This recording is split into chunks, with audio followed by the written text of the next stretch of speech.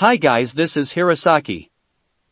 This story is all about what if Naruto and Sasuke switched roles. When you think about it, Sasuke, we could be standing in each other's place right now. Naruto grows up shunned, hated, without support and full of rage. Sasuke grows up determined to step out of his brother's shadow and be recognized for his own merits. In which Naruto is the one who runs and Sasuke does the chasing. Before we start, kindly like and subscribe to this channel and look over the description box for the author of this amazing storyline. Welcome aboard! Chapter 11. Naruto and a Cage. Maybe that's how life was going to be from then on. It made sense that they would imprison him. He was a dangerous monster after all. But why hadn't they done that sooner then? Or even right from the start? Was it so that he could enjoy life a little until it was too risky to let him out? Or was it a form of punishment, of torture, for all the lives lost because of him? Was he going to stay in that cell forever? No way. No way. They had no right. It wasn't his fault if he was this way. He didn't ask for this. He had tried to leave this place, to keep it safe. Why stop him if it was to cage him? Why not let him go? He didn't remember much of what had happened. There were the two masks in the wood and then. Had they knocked him out? So that they could throw him in there? He had never sustained any injury that put him out more than a few minutes. What had they done to him? There had been a paper seal. How long had he been unconscious? He pulled at his chains, again. He hit the ground and the walls he could reach, again. He felt weak and sluggish still despite having been awake for hours now.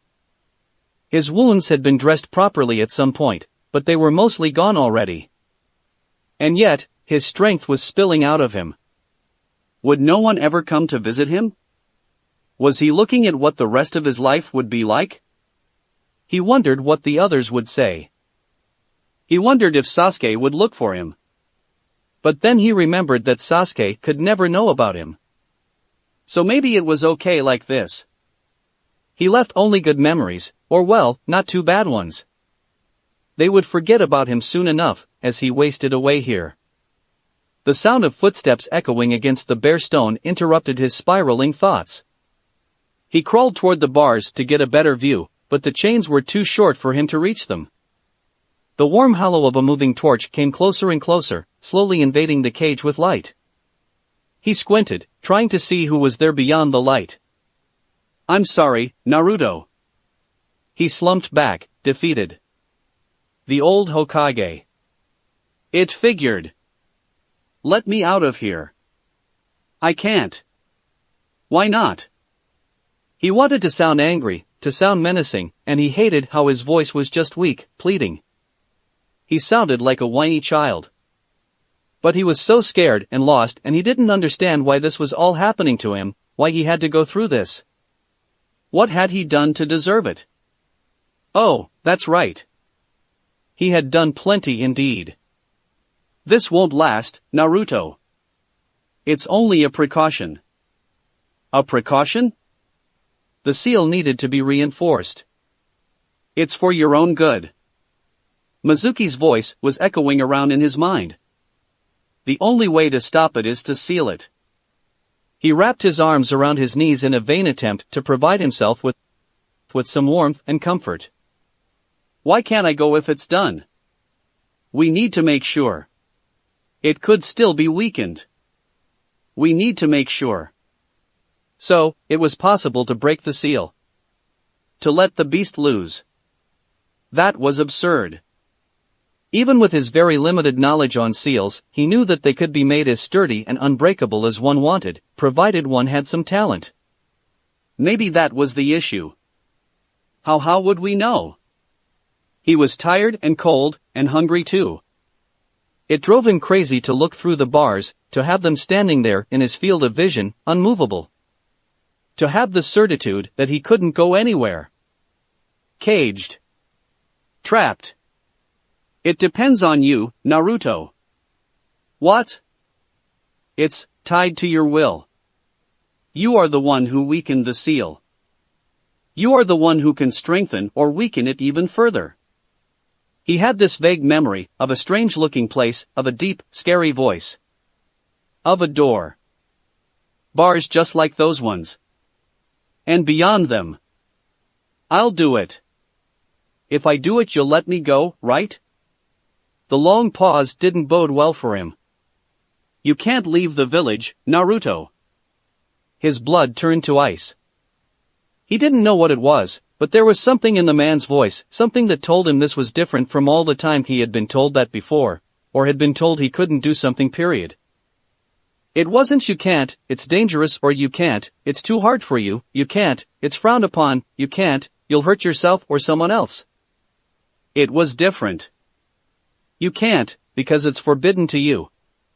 You are not allowed. And you will never be. Why the hell not? He spat out. Anger was bringing back some fire inside of him, some alertness and warmth. It felt good. I wish it had gone differently. You weren't supposed to learn about this until much later, when you were ready to hear it. But what is done is done. I don't know how much Mizuki told you, I'll go straight to the heart of it. Despite his words, the old man took the time to take out and lit his pipe, like they were just chatting over tea, and not on each side of a damn prison wall. Anger turned white-hot inside Naruto's head. It is true that the nine-tailed fox was sealed inside of you on the day of your birth. It was the only way to save the village from annihilation. In that sense, you saved us all, Naruto. Yeah, right. The man pretended he hadn't heard him. That power lives inside you now. It is enormous, more so than you could imagine. And as such, it's as a great weapon. There was a pause. The old man was waiting for his words to sink in, but they wouldn't. Naruto refused to hear them. It couldn't be it. It couldn't. This is why this has been kept a secret. You understand, don't you? If words got out about you, a lot of people would want to get their hands on you, Naruto. Outside the village, we wouldn't be able to protect you. Protect him? Really? That was it? What was it that Mizuki had said? Such power has to be available. So, he was in prison after all. Even if they unlocked the chains, opened the door to his cell, he was never getting out of here. He was never leaving that place. He would never be free. The anger reached its boiling point, invading his mind and body, ready to lash out. Before it though, he felt the life being sucked out of him like juice from a juice box, leaving him squeezed out and empty. What? This place was designed to keep very strong shinobi in. Using chakra is ill-advised in that kind of situation. Naruto felt the burning of hot tears sting at his eyes, and he ducked his head between his knees so that the old man wouldn't see. Why couldn't they just kill him and be done with it? I'm truly sorry, Naruto. Why yeah, right. The Hokage sighed deeply. As long as you don't come to terms with this, we can't let you go. It's for your own safety, Naruto. Naruto howled, enraged and heartbroken, and had the bleak satisfaction of seeing the man take a step back. He trashed against his chains, only to feel them drain him again. He kept going anyway. Naruto, stop it. You'll hurt yourself. The old man sounded worried, a whole lot of good it did now, for his to care about Naruto. Now, when he was chained like a criminal, an animal, now that they had stolen his future away from him. Naruto snarled and tugged again as hard as he could, until the chains fought back, and, depleted and despaired, he passed out. It was the great Itachi affair all over again. No one would tell Sasuke anything about what was going on. It didn't seem to be the matter of the whole village like it had been back then, but it was of much more significance for him this time. Because Naruto was missing. It was only 2 days, and maybe in other circumstances Sasuke would have thought nothing of it. But both his parents had stormed off in the middle of dinner 2 nights ago, and his class had been informed the next day that Mizuki-sensei had unfortunately died of a heart attack during the night. Naruto had been gone since then. His mother was out of her mind with anger. The previous night he had had to give up on sleep because she had yelled after his father for hours, getting him worked up enough that he had started to yell too. He couldn't make out what they were saying. Itachi was sleeping in his room so that he could keep an eye on him and make sure he didn't eavesdrop. He seemed worried too. Sasuke was pissed. He couldn't help but worry, but they would tell him, right? If something had happened to his friend. They wouldn't just keep it from him. Would they? He was back there again. So, he hadn't imagined this place. It looked like some sewers, damp and dark, unpleasant. He was ankle deep in murky water, but he didn't feel it on his skin. He didn't feel his own body. Where am I? He was alone down there. He had wandered the corridors for a while, afraid of getting lost in this maze and yet unable to just stand still, to stay where he was. He'd stumbled quickly back in that room. The one with the prison bars. There was something behind it. On the lock where keyhole should have been, there was a seal. A simple sheet of paper taped between the two panels, the seal kanji painted on it. It was anything but simple though, he could tell. The paper was slightly dented in the middle, like the door had opened just a smidge and ripped the border. I want to be free, it said. He remembered that. Remembered that voice. Me too, he answered on instinct, because it was the truth, back then and now too. But you can't. You're too weak. Well, seems like you can't either, so maybe you're weak. There was a laugh. Or was it a snarl? It was terrifying. But Naruto knew he was right.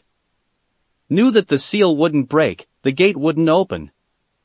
He was somewhat safe on this side of the barrier. Safe from that at least.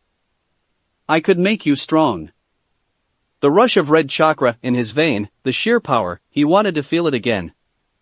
He wanted to be strong. But I don't need your help. Are you sure about that? I don't want it then. It moved behind its bars. The cage was enormous, but it was small for what it was supposed to contain. Naruto couldn't help but take a step forward. 5 massive claws sprung out between the bars, nearly impaling him. He fell back on his butt in a splash of water as the thing laughed. You will. In the darkness beyond the bars, 2 red eyes opened to focus on him. He could make out faintly the rest of the face, the vibrant orange fur, the massive body. The vague shape of a giant fox. You will. Will. Nothing? Ino shook her head, frustration obvious in her tensed shoulders and closed fists, and Sakura tried to hide her disappointment for her sake. It had been a long shot, with how tightly the adults were about the whole issue, and Ino had already done more than Sakura could hope for. The ones I heard talking all say that Naruto is just very sick, and I think they believe it. Whatever it is, they don't know. It wasn't even about it being absurd. Naruto didn't get sick. Naruto could recover from a cracked skull in a matter of days. It could have been it still, could have been poisoning or anything of the sort. But Sasuke looked so worried, and he said something was going on, and Sakura believed him.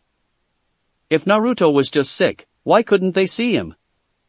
Why would no one just tell them that directly, and tell them what was wrong with him exactly, keep them in the loop? Again, could have been nothing. If it was anyone but Naruto. Because Naruto was special. No one knew in what way, but it didn't change the fact. Thanks, Ino. For what? I couldn't find anything. She looked upset. She prided herself on her ability to dig up anything about what happened around the village, including confidential matters that she really had no business knowing about. It was a blow to her self-esteem, to be beaten by something that should have been a mundane issue. It only served to prove that something very suspicious was going on. I'm sure he's fine, Ino added after a while. Sakura stared at her, surprised. Ino wasn't really one for comfort. She pouted, but she said it again. He'll be back in no time. Don't you worry. She didn't seem very convinced, and yet she had to be right, right? Kids didn't just disappear like this. Naruto had to be somewhere. She couldn't help it though. It's just, you know how people aren't always so nice to him. And I can't help but think. She sniffled, mortified that her tears were getting the better of her now. She didn't want to cry, there was no point, it wouldn't help in any way. And yet tears gathered up in her eyes, her throat tightened around a sob. That maybe no one would care. If he... That right there was her real fear. Maybe they couldn't find out about anything because the adults themselves didn't know. And maybe they didn't care. Who would look for Naruto if he disappeared? Who would care about his fate? Wouldn't they be happy, on the contrary, to be rid of the trouble kid? Ino slammed both her hands on Sakura's shoulders, hard enough to make her waver. Her gaze was fierce, Sakura couldn't look away. That's not true. What? You care. Sasuke does too. And even me, okay? And freaking Sai, of all people. We'd care. We'll find out. Don't you worry. Stupidly enough, that's what got the dam to broke. Sakura sniffled loudly and panic crossed Ino's face, but she didn't let go. She didn't close the distance between them either. It didn't matter. She was keeping Sakura upright, keeping her on her feet. It was enough for now. Was the thought his, or was it the demon whispering into his ear? He was having trouble dissociating the two. The idea came anyway, unbidden and unwelcome, as he was contemplating the perspective of a life bound to the walls of the village. I would be free of that village if the village didn't exist. No. He had exhausted himself trying to get free of his shackles and now he couldn't wake up anymore. He had to wait for his body to recover some measure of strength, and in the meantime, he was stuck down there with the fox. I won't let you harm them. I'll stop you. Why? Why protect this place, these people? What have they done to deserve your loyalty? Nothing. I'm not loyal to them. The village could burn to ashes. He didn't care. But Sasuke did. Sasuke loved this place. His whole family was here, his friends. Naruto wouldn't let any harm come to them. Friends? I won't let you, Naruto said again, stubborn. The fox was right, Naruto was weak and useless, and that power could grant him his freedom. But at what cost? He still had something here. Something small maybe, but still. He had Sasuke and Sakura, and he would let no harm come to them. That choice at least was easy to make, even if it meant letting go of his only shot at freedom. He could feel murderous intent, hatred far greater than his own, spilling out from the cage and into the water.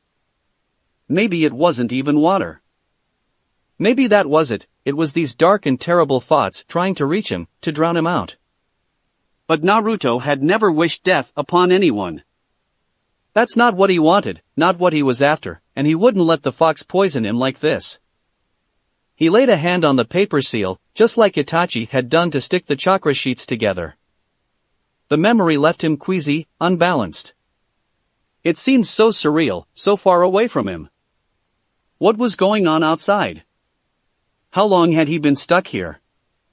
There was no window in the cell, no source of light other than the flickering candles in the corridor, no sense of time. Were they still waiting for him? When he took his hand back, the sheet was whole once again, the tear gone. The fox roared. Naruto woke up. We'll find a solution, Makoto. We're working on it. When? How long do you plan on leaving him in that cell? I swear if it was up to me. Well, it's not. Maybe it should. They held onto each other's gaze, none of them willing to back out and look away first. Fugaku's patience was rapidly dwindling, and he tried to remember when things had started to go so wrong in their life. Even this was put to question now, his leadership of their clan. It had never been before. Fugaku's father was the clan head before him, and he has raised his oldest son to take his place one day. Makoto's own father was his second in command. Their marriage had made sense. They would have kids and their eldest would in turn inherit the clan, and that was it. Except Makoto didn't like that anymore, and she wasn't the only one starting to question it.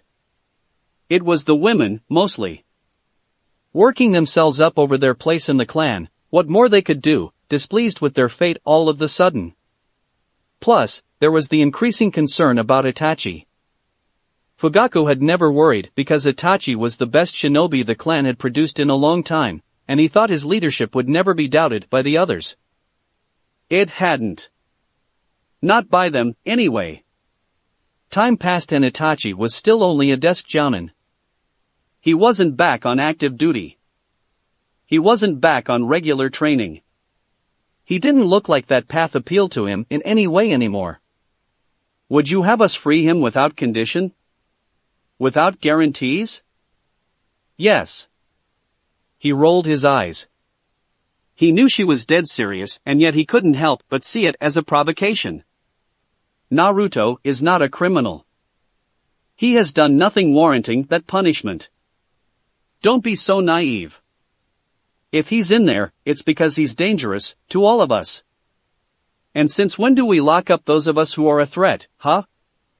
Did we lock up Itachi? He closed his mouth, shocked, expecting her to take the words back. She didn't, despite the pain it brought her. She wasn't going to pull her punches. What if Naruto loses control and levels the whole village, Makoto? What then? Once again, he thought she would back down, would finally see reason.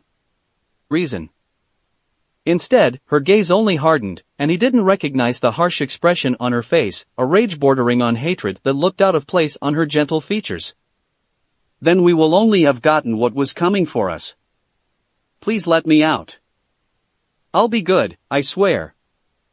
I won't try to run away anymore. Please. I want to, Naruto. I want to believe you. But it's not so simple. In a way, Naruto was impressed. He had always considered the old Hokage as being too nice, too soft to be the village leader. To discover how wrong he had been left a bitter taste in his mouth. The Hokage was unyielding, unmoved by his pleas and his threats, firm in his resolve even in front of a whining child.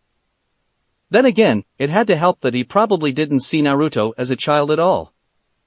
Why be emotional over a demon? The man was right to doubt him anyway. He would have said anything to get out of here. But was he really ready to swear off his freedom? To agree to his own captivity? We're looking into a solution. So that what happened in the woods won't happen again. Naruto nodded, even if he didn't know what that was exactly. Was it the power that had leaked out, the red chakra that had brought fear into the two masked ones? Or just that he had tried to escape? At least they didn't intend to leave him here forever. Small mercies. I know you're eager to go out. And your friends are waiting for you, the Sandaime said, trying to sound encouraging. Naruto hadn't asked, and he didn't want to know. He hated that he wished for both equally, that they didn't care about his fate, going about their lives, proving once and for all that he had to forget about them. And that they worried, that they were looking for him, because he wanted them to miss him as much as he missed them. It would only be fair. He hadn't asked though because he didn't want the Hokage to know about them. That was too great a weakness in the man's hands. Too late for that, it seemed. They're worried, of course, he went on. They want to know what happened to you. Naruto didn't have the time to feel relief or annoyance before he was hit full force with a sense of impending doom. He leaned forward on instinct, even if his movements were still very much restricted. You didn't tell them, right? You won't tell them about me? The panic made his body react just like the anger, and he could already feel the chains working against him. He willed himself to calm down, shoving down all his emotions behind a wall where they couldn't bother him, couldn't get him into trouble. They can't know. They can't know. Calm down, Naruto. Of course, no one will them. I told you it had to remain a secret. For the safety of all, and for yours too. Deep, deep down, Naruto knew that was a lie. Because they all knew. All the adults anyway. They all knew to treat him like the threat he was, they all knew to stay clear of him. Even their kids knew that, the only difference was that they didn't know why exactly. Sasuke had still approached him because he didn't know if he heard about it too. Unless there's a good reason, they won't be put in the confidence. Naruto heard that as the threat it was. It was fine. Great, even. If you swear that they won't know, then I'll stay put. I promise. I'll never give you any reason to tell them. He was showing all his cards now. No one was supposed to know that he cared about them that much, that they had such power over him. That they could sway him away from his own goals. But if he was trapped here forever, he needed at least this. And he would have to learn to live with the rest. If he had only this. The old man studied his face for a long time, assessing his determination, his honesty. In the dim light, his immobility made him look like a statue, with only eyes to show for the life inside of him, like a soul trapped in a body of rock. Naruto shoved down the rage, like he shoved down everything else. What was the point in feelings, really? He would have much rather have been numb to everything. That way he could have listened to the demon's voice, and then... No. No. Not that. Never. Even if he didn't have feelings, he didn't want others to feel bad because of him either. The pain he would cause would become his own. And he had more than enough to go by already. I believe you, Naruto. Naruto sighed deeply, relieved. But the man turned away and left without another word, and Naruto was crushed by the sheer helplessness of one's fate being entirely out of one's control. How do you like that, brat? Will you do it then, Shursui? Had he not made his decision already, Shursui would have surely done it now, faced with Makoto's steady but pleading look. She was making admirable efforts to appear calm and open, to make him feel like the decision was his, that he was free to refuse. As if he could refuse such a heartfelt plea. He had already decided anyway. Of course, I will. With just as much control, she just let out a slow sigh of relief that barely moved her face. At her side, Fugaku sat crossed-armed and sullen, expression set in stone. Shursui had no idea what he was thinking, but if he had agreed to this, he had to approve to some extent. He wasn't a man whose hand could be forced. Or was he? Makoto had been grilling him hard. We can go now, if it's okay with you, she said pleasantly, again making a terrific job at keeping any impatience out of her voice and face. He nodded. They all stood up from the kitchen table where their tea had gone cold, untouched. Out of the corner of his eyes, Shursui saw a flickering movement disappear behind the wall. It figured. Just a second, I'll be right out. Sure enough, Sasuke was standing a few feet away from the door, trying to look innocent. You're not fooling anyone, Shursui said gently. He wasn't so bad at faking cheer, but Sasuke saw right through it. Are you all right? He asked. His concern was cute. Sometimes Shursui had a hard time remembering how young he was exactly. How old too, by their fucked up standards. Yeah. Is this about? Sasuke bit his lips. It's not that he couldn't ask, more that he couldn't get an answer. He asked anyway. Is this about Naruto? Shursui should have denied it, but what was the point? Besides, he wasn't too fond of lying to children. Yes. Is he all right? He will be. Shursui tried to look convinced. In truth, he didn't know. Okay. Okay. Shursui was surprised that the boy wasn't assaulting him with questions, but it seemed Sasuke had learned his own share of patience and to bid his time. He had looked so worried these past few days, so lost. He was probably past caring about the details, he just wanted to see his friend again. To know he was okay. Shursui ruffled his hair but couldn't bring himself to be as harsh about it as he would usually be. It's gonna be fine, Sasuke. Shursui turned away before the boy could see the lie. He followed Makoto and Fugaku out of the district, all the way to the Hokage Tower. They didn't enter it though, they aimed for the next building, the one that hosted parts of the archive, the intelligence and interrogation department. And the ninja prison. Marino Ibiki was waiting for them in the entryway, as scary and serious as ever. He looked displeased too. You're supposed to go alone, he said gruffly. Ha, so that was that. This place was his own little kingdom, and he was upset about hosting a guest that he couldn't approach himself, that he could do nothing about. He explained the way to Shursui and led him to a narrow staircase that plunged down into the lower levels, carved out of the ground. Maybe it would be better if there's no one around when we come back up, Shursui said offhandedly. He didn't wait to see if they would heed his suggestion. He ignored the first few doors, knowing he had to go to the very last level. It couldn't even be called that. The stairs ended abruptly on the hard-packed earth, and behind a low stone arch, there was a single space cut in half by metal bars. And behind the bars, there was Naruto. As always, Shursui hadn't been given much detail, but he didn't need it.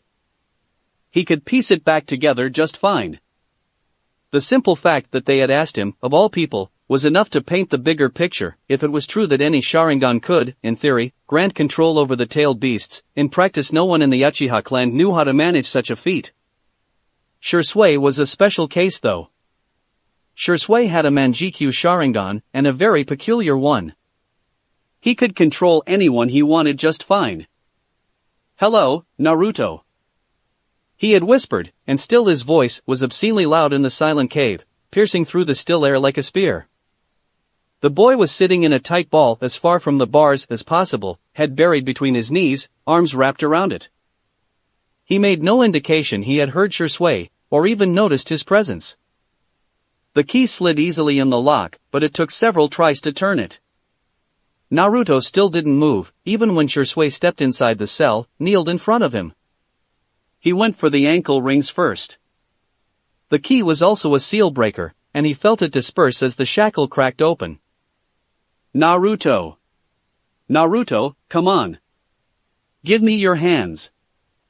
Shursui wasn't acknowledged in any way, but Naruto didn't resist when the older boy pried his arm away from his knees gently. The last chain clattered on the ground. Naruto. Don't look at me. His voice was hoarse, probably from screaming. He hadn't moved a muscle. Please. Don't look at me.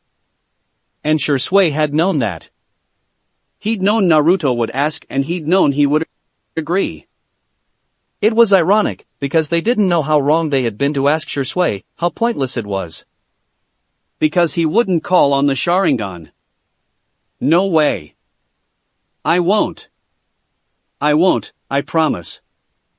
Naruto raised his head then, to look directly into the black of Shursui's eyes. They held gaze for a long, breathless moment. Shizui's forced himself to remain steady, like Makoto had, to look strong and reassuring and not as distressed as he felt. Finally, after an eternity, Naruto finally unfolded, his joints cracking painfully as he stretched his tightly coiled body. Let's go, Shursui said once he was up. Naruto was staring at the ground, and they made their way back up in complete silence. Shursui was grateful to see that the first floor had been deserted like he had suggested. Even the street in front of the building was empty. The sky was gray, but it wouldn't rain. It would have been appropriate though. Shursui didn't know how to broach the next subject, how to tell Naruto what had been decided for him. He grasped at the first thing he could think of saying. Sasuke has been looking for you. It didn't have the intended effect. Naruto finally raised his eyes from the ground, but it was to cast a panicked look at Shunsui. His eyes widened in fear and his face contorted in an awful expression of pain and anguish Shunsui had a hard time not looking away from. He cursed himself for his lack of tact. "Don't tell him," Naruto whispered, pleading. "Don't tell him anything." "I won't. I won't." "Don't tell them." "I won't." Naruto was supposed to have slept most of the time spent down there, the only thing that had remotely placated Makoto enough to dissuade her from blowing up the prison herself, but the dark bags under his eyes told a different story. He was shivering even if the air wasn't so cold, and he looked like he wanted nothing more than to sleep for 100 years. Shunsui could relate. Unfortunately for both of them, it wasn't going to happen. "I want to go home," Naruto whined. It was strange to hear him sound like an actual kid for once. Too bad Shunsui had to be the one to steal the kid's lollipop. "You can't. Master of tact, that's what he was." Naruto looked seconds away from spontaneous combustion. I'm sorry. It's the condition for you, wandering around. You can't be left unsupervised so. You're coming with me. To my place. At least it was absurd enough that for a moment, Naruto forgot to be angry, too busy processing the level of bullshit he was currently dealing with. "What?" he said weakly. Shunsui could see he was already resigned to his fate though. He didn't even try to argue any further. He just looked away, because he was angry, probably, not to hide tears or anything, and his shoulders sagged in complete defeat. "Whatever. It's whatever. I don't care." Shunsui hated this. But questions would come later, probably. He hoped. The boy wouldn't stay so apathetic for long, right? He would be back to himself in no time and he would make Shunsui's life miserable, as was his right. His duty, even. "They don't know anything, right?" "They don't know about me," Naruto asked again. "No, they've been told you were sick, nothing else." He exhaled a sigh of relief, although he still looked shaken. Cool. That's cool. Shunsui had feared it would be like that. That Naruto would want to hide, keep it a secret. It would only serve to deepen the breach between him and the others, maybe it was even his purpose. And it was wrong. Now wasn't the time to touch on that subject, but it would have to be soon. Or they would lose the boy for good. "What about you?"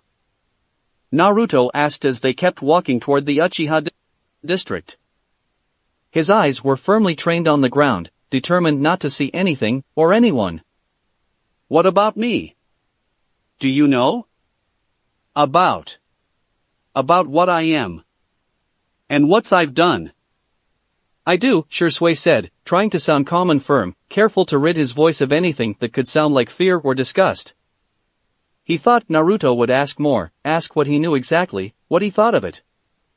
The boy kept silent. All the way to the Uchiha district, to Shunsui's modest house. It wasn't inside the district, but just out, facing the outer wall. A feeble rebellion from his part, moving out of the family house after his mother had died, and leaving the district. He had hoped Itachi would eventually dare to follow and move into the spare room. He had thought that would be for him, that he would have to move all the junk he had accumulated there. Instead, it was for Naruto that he had hastily cleaned it up to turn it into a bedroom. Naruto knew nothing of that though, since he didn't ask.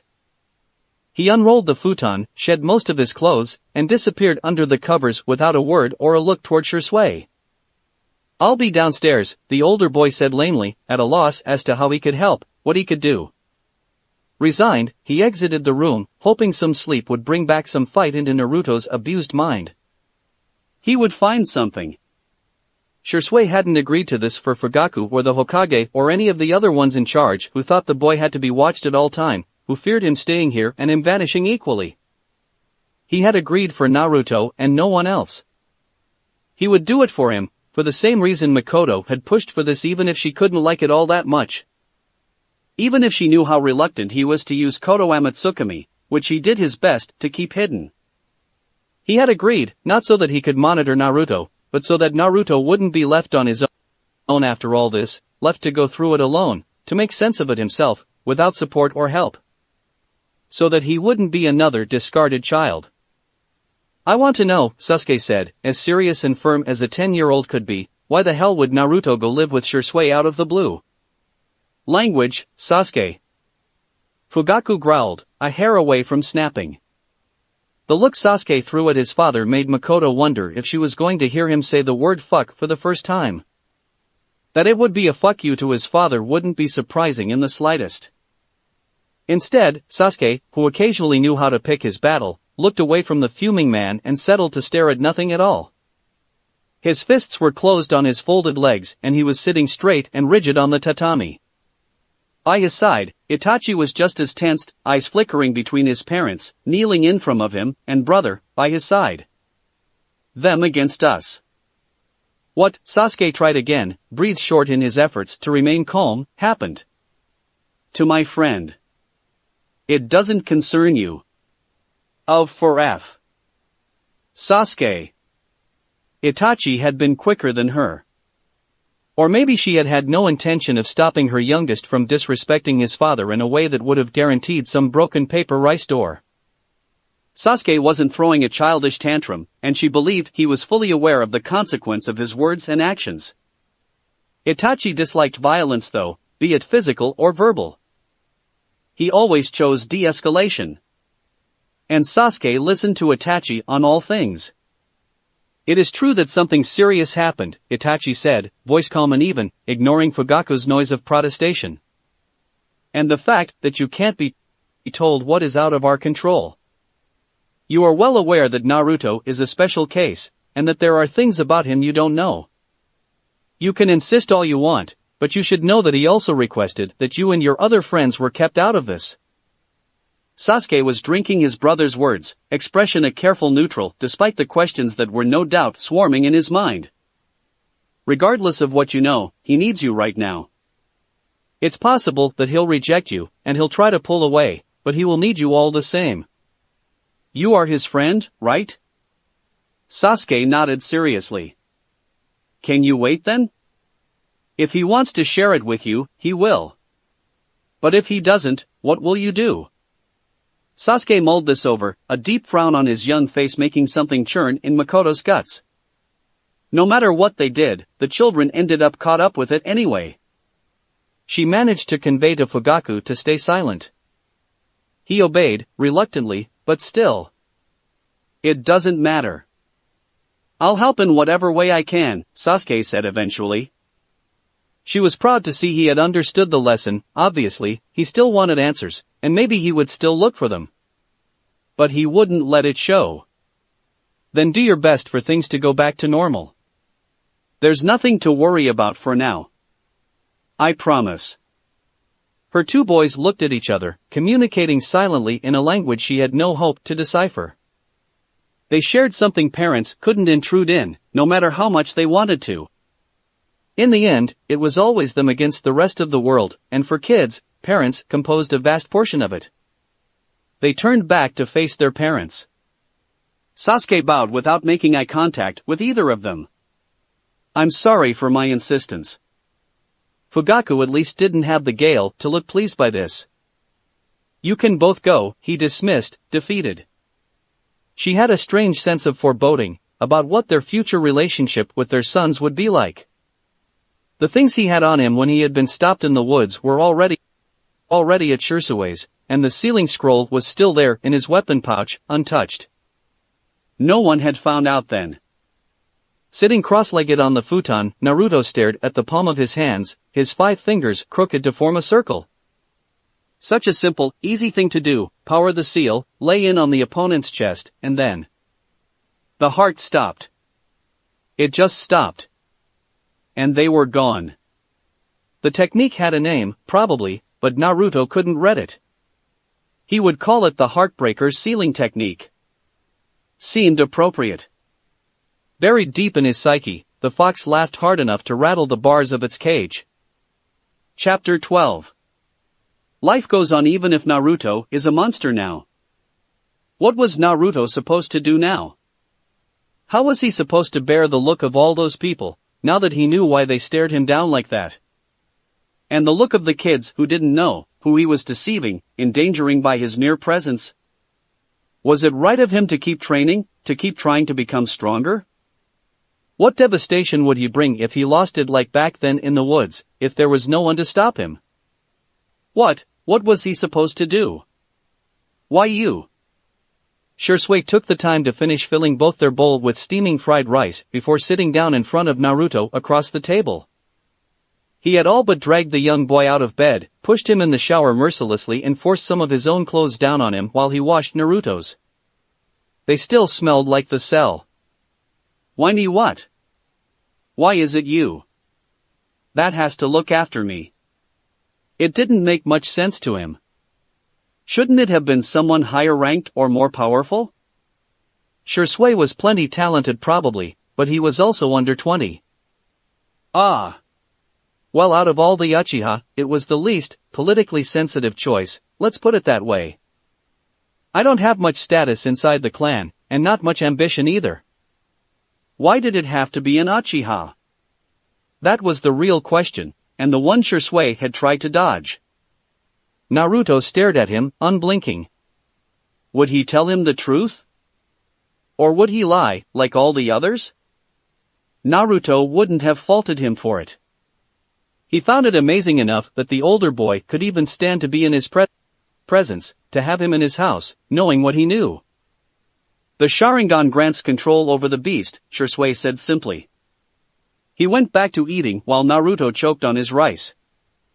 What? I imagine that's why it makes you so skittish. I have a special form of it. Which is what qualifies me as your guardian. Or guard. Jailer. Naruto looked away then, unable to bear his gaze even when it remained black. The panic he had felt faced with Azumi's Sharingan felt sharper now, taking the form and shape of the chains that had weighed him down in the cell, restricting his movements, draining his power. He had to put his bowl down. He was shaking badly, and he was losing his breath as if he has been running for 100 miles. They could control him. If he looked in Shursui's eyes, he would be at his mercy. Helpless. Forced to do their binding. To destroy. To kill. No way to fight it. No way to break free. Naruto. Naruto, look at me. Hands on his cheeks, guiding his face. He closed his eyes tightly. Naruto, please. No. Don't look at me. Please. Naruto. Open your eyes. Was he crying again? Maybe. Shursui's voice was gentle but firm, very close. It wasn't commanding. Maybe this didn't work without eye contact. Small mercy. Come on, hey. Open your eyes. See for yourself. They stayed like this for an absurdly long time, Naruto sitting on the ground, Shunsui kneeling in front of him, cupping his face, waiting.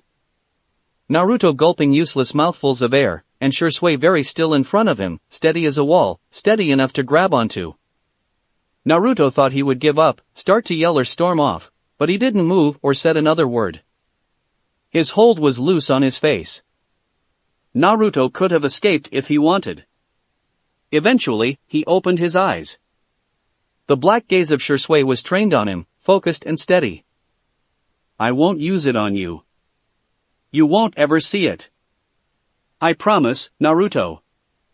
You are safe here, with me. Why? Why would you do that? You're not a prisoner. And I won't treat you like one. What if I trust you. Naruto's breath disappeared all over again, punched out of him by the absolute certitude in Shursui's voice. I know I won't ever have to do that to you. I trust you. You are free, Naruto. You are. It was a lie. I trust you, and I hope you'll trust me. You have my words. Never. That one though. That one maybe was true. Kakashi had been the one to carry Naruto's unconscious body back to the village. He was so light, so small. It was hard to believe he was 10 already. He was short for his age, probably underfed. One would have given him 8 years under his belt at most, especially when he was asleep, his face relaxed and his eyes closed. When they were open, it was hard not to give him 20 years more. Kakashi had carried him through the woods, all the way to the Hokage's office. It was crowded with the high-ranked of the village and they didn't want the boy out of their sight, so he had ended up perched awkwardly on the Hokage's desk with Naruto in his arm. The seal was still sticking to his forehead. As long as it was, he wouldn't wake up. Some thought it wasn't such a bad alternative. He had not participated in the discussion, despite all he wanted to say. Despite his outrage at some of their words, his gratitude for others, he had not said a thing. He had stayed silent. Between the clan heads, the Tokubetsu Jounins, the senior officials, all with a word to put in and a thought to give, he had simply listened and rocked slightly the sleeping boy in his arms, knowing full well he wasn't sleeping. Had he been asleep, surely all those people debating his fate loudly would have woken him up. But he was kept under by the seal, and so he hadn't stirred. Kakashi had been the one to carry him down to the cell.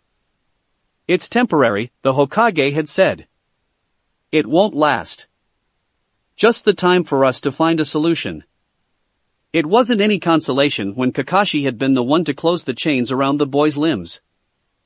It was necessary, and he knew it. In the forest Tenzo, and he had barely reacted fast enough to stop the demon from making an appearance. There had been no warning, no transition. In an instant, the beast was there with them, threatening everything and everyone around. They had no idea how Naruto would be when he would wake up, who they would face. If he would have regained control over the Nine Tails. If he would even want to. Kakashi had been the one to lock the door of the cell. It wasn't the worst thing he had done in his life. He had locked up or delivered to prison plenty of people. Never children, but that only depended on the definition of the term. He had fought and killed shinobi who were Naruto's age. He had fought and nearly died when he was his age too. This was different though. Naruto wasn't a shinobi, he wasn't a soldier. No matter how one looked at it, he was nothing else but a victim. And he was the one being chained. Being punished. And Kakashi was the one to do it. Kakashi had stayed far away from Naruto, but he had observed him a lot. He had seen him with Fugaka's youngest son, with the pink-haired girl. He didn't seem to be doing so bad. He wasn't as alone as he used to be, he was interacting more with his classmates. Kakashi had been convincing himself that he was fine staying out of the boy's path. Kakashi was bad news to anyone he befriended, it was better this way. Naruto didn't need help, he didn't need anything from him. He had been a freaking fool. The portrait painted by the Uchiha, by Fugaku and Makoto, and by Itachi and Shisui, who were the only people among those involved in Naruto's future who had as much as talked to him in the past few years, had nothing to do with what he had made up in his head. They described an angry child, at war with the entire world, eager for freedom and independence, unwilling to let anyone in. He was wild and aggressive, feral at times, quick to lash out, wary about everyone. The two kids, Sasuke and Sakura, and a few others of their grades, were the only one who could hope to approach him without getting their head bitten off, and even that wasn't always a given. Naruto was bitter and lonely. He was miserable. Kakashi had seen nothing of it. Or he had just squinted his eyes. Looked away. He hadn't decided to keep his distances because he had seen he wasn't needed. He had decided, and then he had looked for the excuse, the justification. They all had. They all had come up with their own reasons, all had constructed their story carefully, so that they could reject the blame if it ever laid on them, like a game. Pass it on to the next one over. But the others had no obligation towards the boy. Not like Kakashi had. Naruto was Minato and Kushina's son, their treasure. And Kakashi had abandoned him. Worse than that, he'd all but turned against him. Became his persecutor. He had failed him, and them, completely. Please, he said, breaking the heavy silence blanketing the Hokage's office, please don't ever ask anything like that of me again. The Sandaime didn't raise his eyes from the report he was reading, but Kakashi had been part of his personal guard for years now, and he could tell when the man was actually focusing on the task at hand, and when he was failing at it. He had been staring at the same page forever, and had accomplished pretty much nothing at all since the beginning of the day. He still kept silent for a while longer, before giving up and letting go of the report. He rested his forehead against his crossed hands, elbows on his desk, his usual meditative pose. His face was carved into deep lines of worries and guilt. He had always looked so much more lively and strong than would be expected for someone his age, but in the past few years it was as if time had decided to catch up on him. It wasn't about fighting skills, no one questioned the fact that the old shinobi could still lay down most of them flat on their ass in a fight. But being a good fighter and being a good leader wasn't always linked. Maybe they should have thought of that before. I think you should retire from Umbu, Kakashi. Ah, the man loved to drop bombshells like that. More often than not, Kakashi was grateful for the mask. He liked it for the exact reason why most people didn't. It hid his face, his emotions, his feelings. Granted, he never showed much of his face anyway, but there were times where he pondered the merits of never taking his Umbu mask off anymore. People would forget what his face looked like, and even that he had one. That he was human. That he had feelings at all. The mask hid his shock, his hurt too. Had he failed his Hokage so badly that he would want to retire him? It was stupid of him to be upset, while he had been the one to all but request it just a minute ago. What good was an Umbu who wouldn't follow orders? It should have happened way sooner. No one is supposed to wear the mask for so long. Besides, the boy is going to need a teacher soon. Kakashi couldn't hold back a quiet gasp. Surely you don't mean. Who else would you put in charge of his genin team, Kakashi? There were about 1 billion candidates more suited to it, that would do a far better job. Guy sprung to mind, Kurenai too. Even that jerk Asuma would be a better choice than Kakashi. And yet, hadn't Kakashi done enough running away?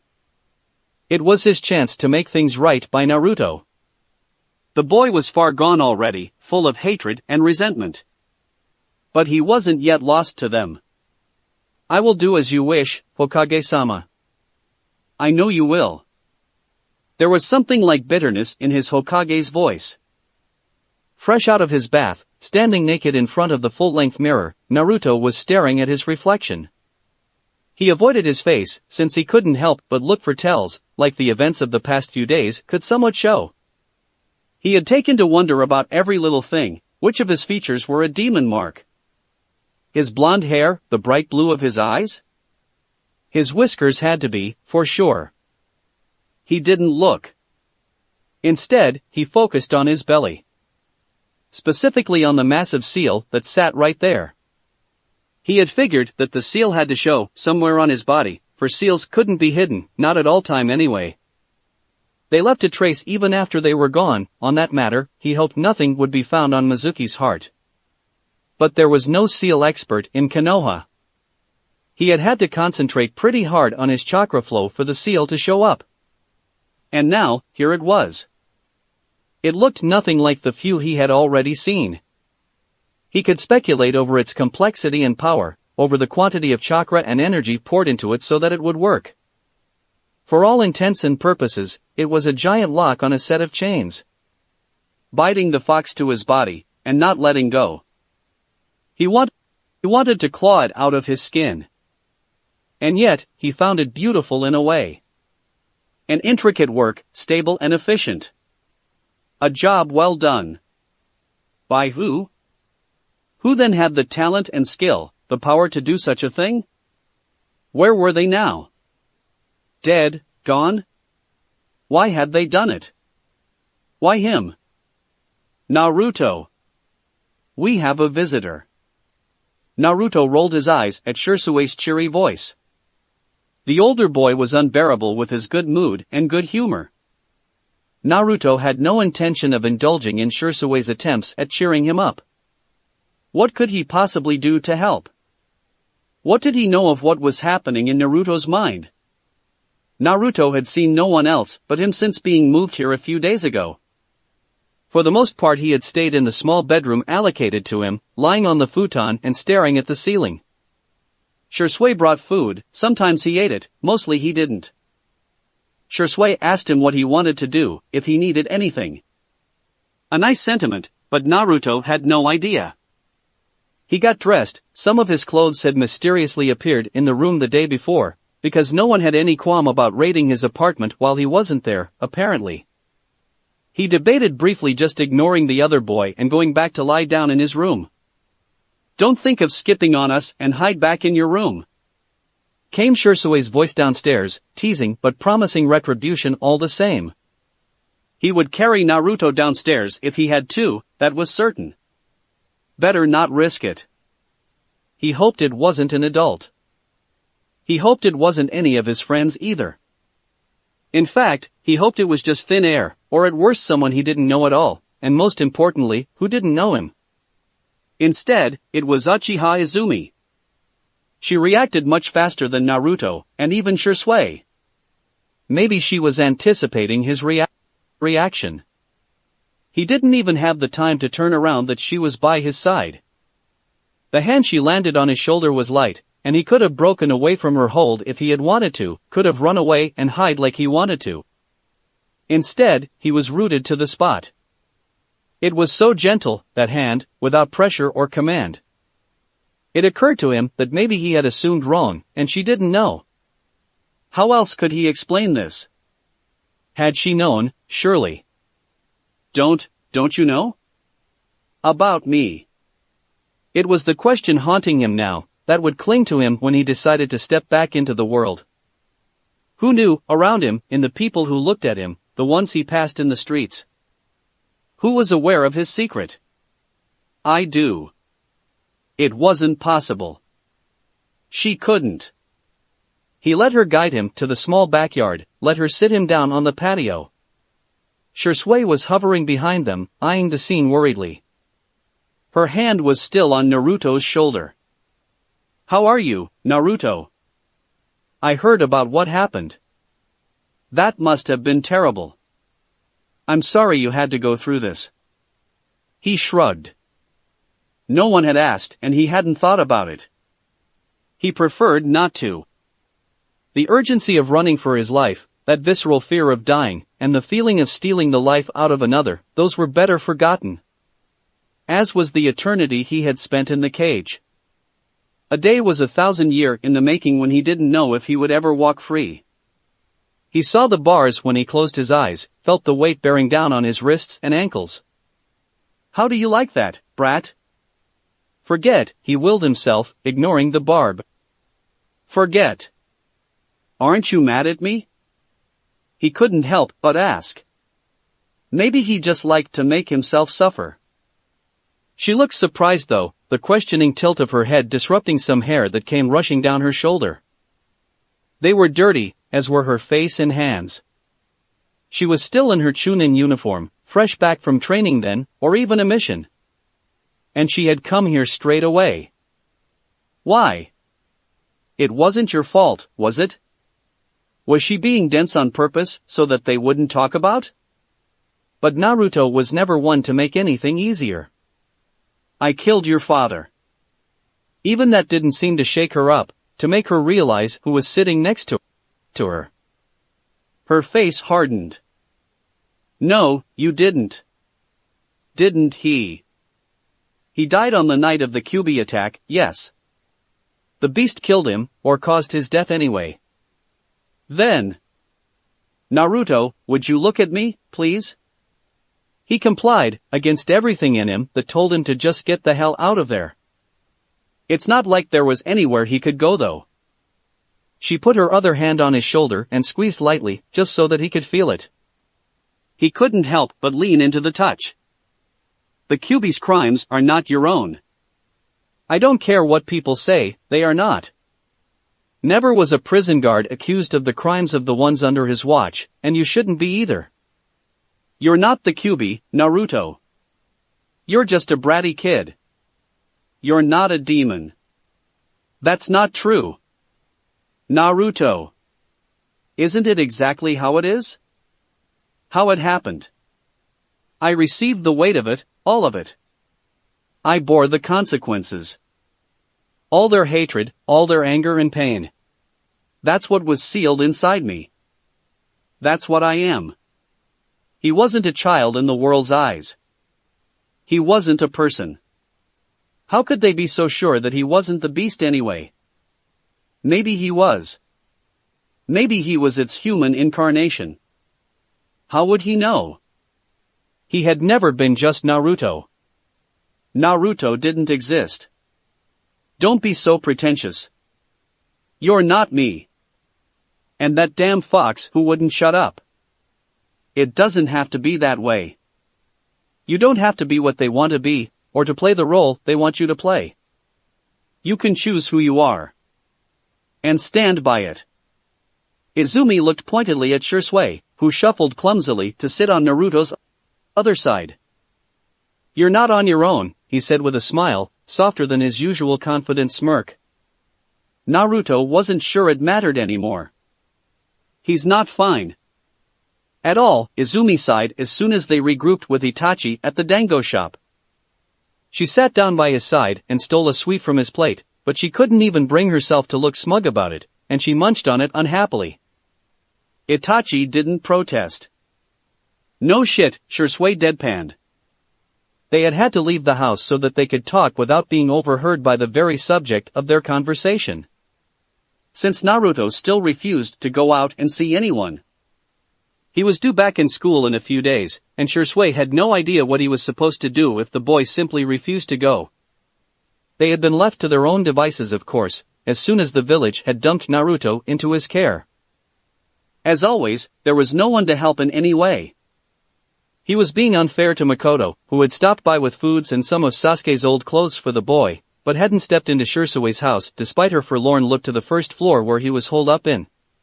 Shursui hadn't been lying when he had said that he was the best candidate for the job, both because of his Sharingan and because of his lack of political weight. The elders were skittish enough over the monster boy being in such close quarters with the Uchiha clan. Makoto still had to tread carefully, even if her patience for such bullshit was very obviously dwindling. He looks tired, Izumi added, mostly to herself. He doesn't sleep well, Shursui answered anyway, because he needed to share that with someone. Someone who would care. Nightmares? Itachi inquired, signifying that he was also joining the conversation. Until proven otherwise, Shursui tended to assume he wasn't, that they were just sharing space. Itachi's mind was often far away from his body. He says it's nothing unusual, that he has them all the time, but... I listened. I think he dreams of the cage. Naruto slept with the door and the window open despite the chilly night air. Shursui had noticed he even left the bathroom door slightly open when he was inside. Izumi's face soured and she pushed the plate back to Itachi. He didn't seem interested in it either. Did you heard him talk? Not, exactly. Not in his sleep. He talks. I heard him say it plainly. I see the bars. Like he was confiding in someone. It's common behavior for victims of isolation and social ostracization. Itachi had a knack for deadpanning facts like that. He doesn't feel like he can tell anyone, but it helps to say it anyway, Itachi elaborated, vaguely embarrassed by the sudden focus on his rambling. Therapy was doing him some good, that was for sure. That sucks, Izumi said, for lack of anything better to say. Shursui hummed in agreement. What did Kakashi say? Itachi asked next.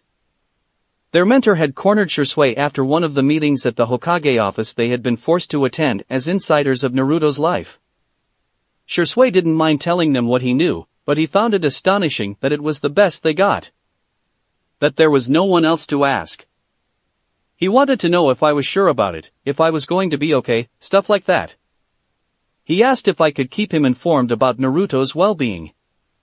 I think he felt guilty about what happened. He's always had an interest in him, Itachi commented, pensive. Kakashi often asked, offhandedly, about Sasuke and his friend, when he met with them around the village, seemingly at random. He and Itachi were very close, closer maybe since they had left Anbu, while Shisui was more reluctant. Kakashi had been quick to apologize for not seeing anything and not helping with the Danzo affair, and too quick, in Shisui's eyes, to take the blame for it. Distributing guilty tickets wasn't the point, to him anyway. That was more Itachi's forte, he hogged all the tickets to himself. That's why he and Kakashi got along so well, even if they had to fight for the tickets sometimes probably. Maybe, but he never showed it to the one who's concerned. What did they all have with the silently watching from afar, really? Another thing Kakashi and Itachi shared, Itachi had pulled a similar stunt with Sasuke, convinced it was for the best. How could staying away and not say a word be for the best? How could it solve anything between two people? It was the most basic communication lesson. In order to work, communication had to happen first. Shisui believed Kakashi to be genuine in his worry and concern, but when Shisui had suggested Kakashi just drop by and saw for himself, he had received a flat not for an answer, a claim that it wouldn't be well received. Shisui had wanted to say Kakashi wasn't the judge of that, but Naruto was skittish enough already, that Shisui wasn't going to try to force stranger into his company if said stranger didn't even want to put in the effort either.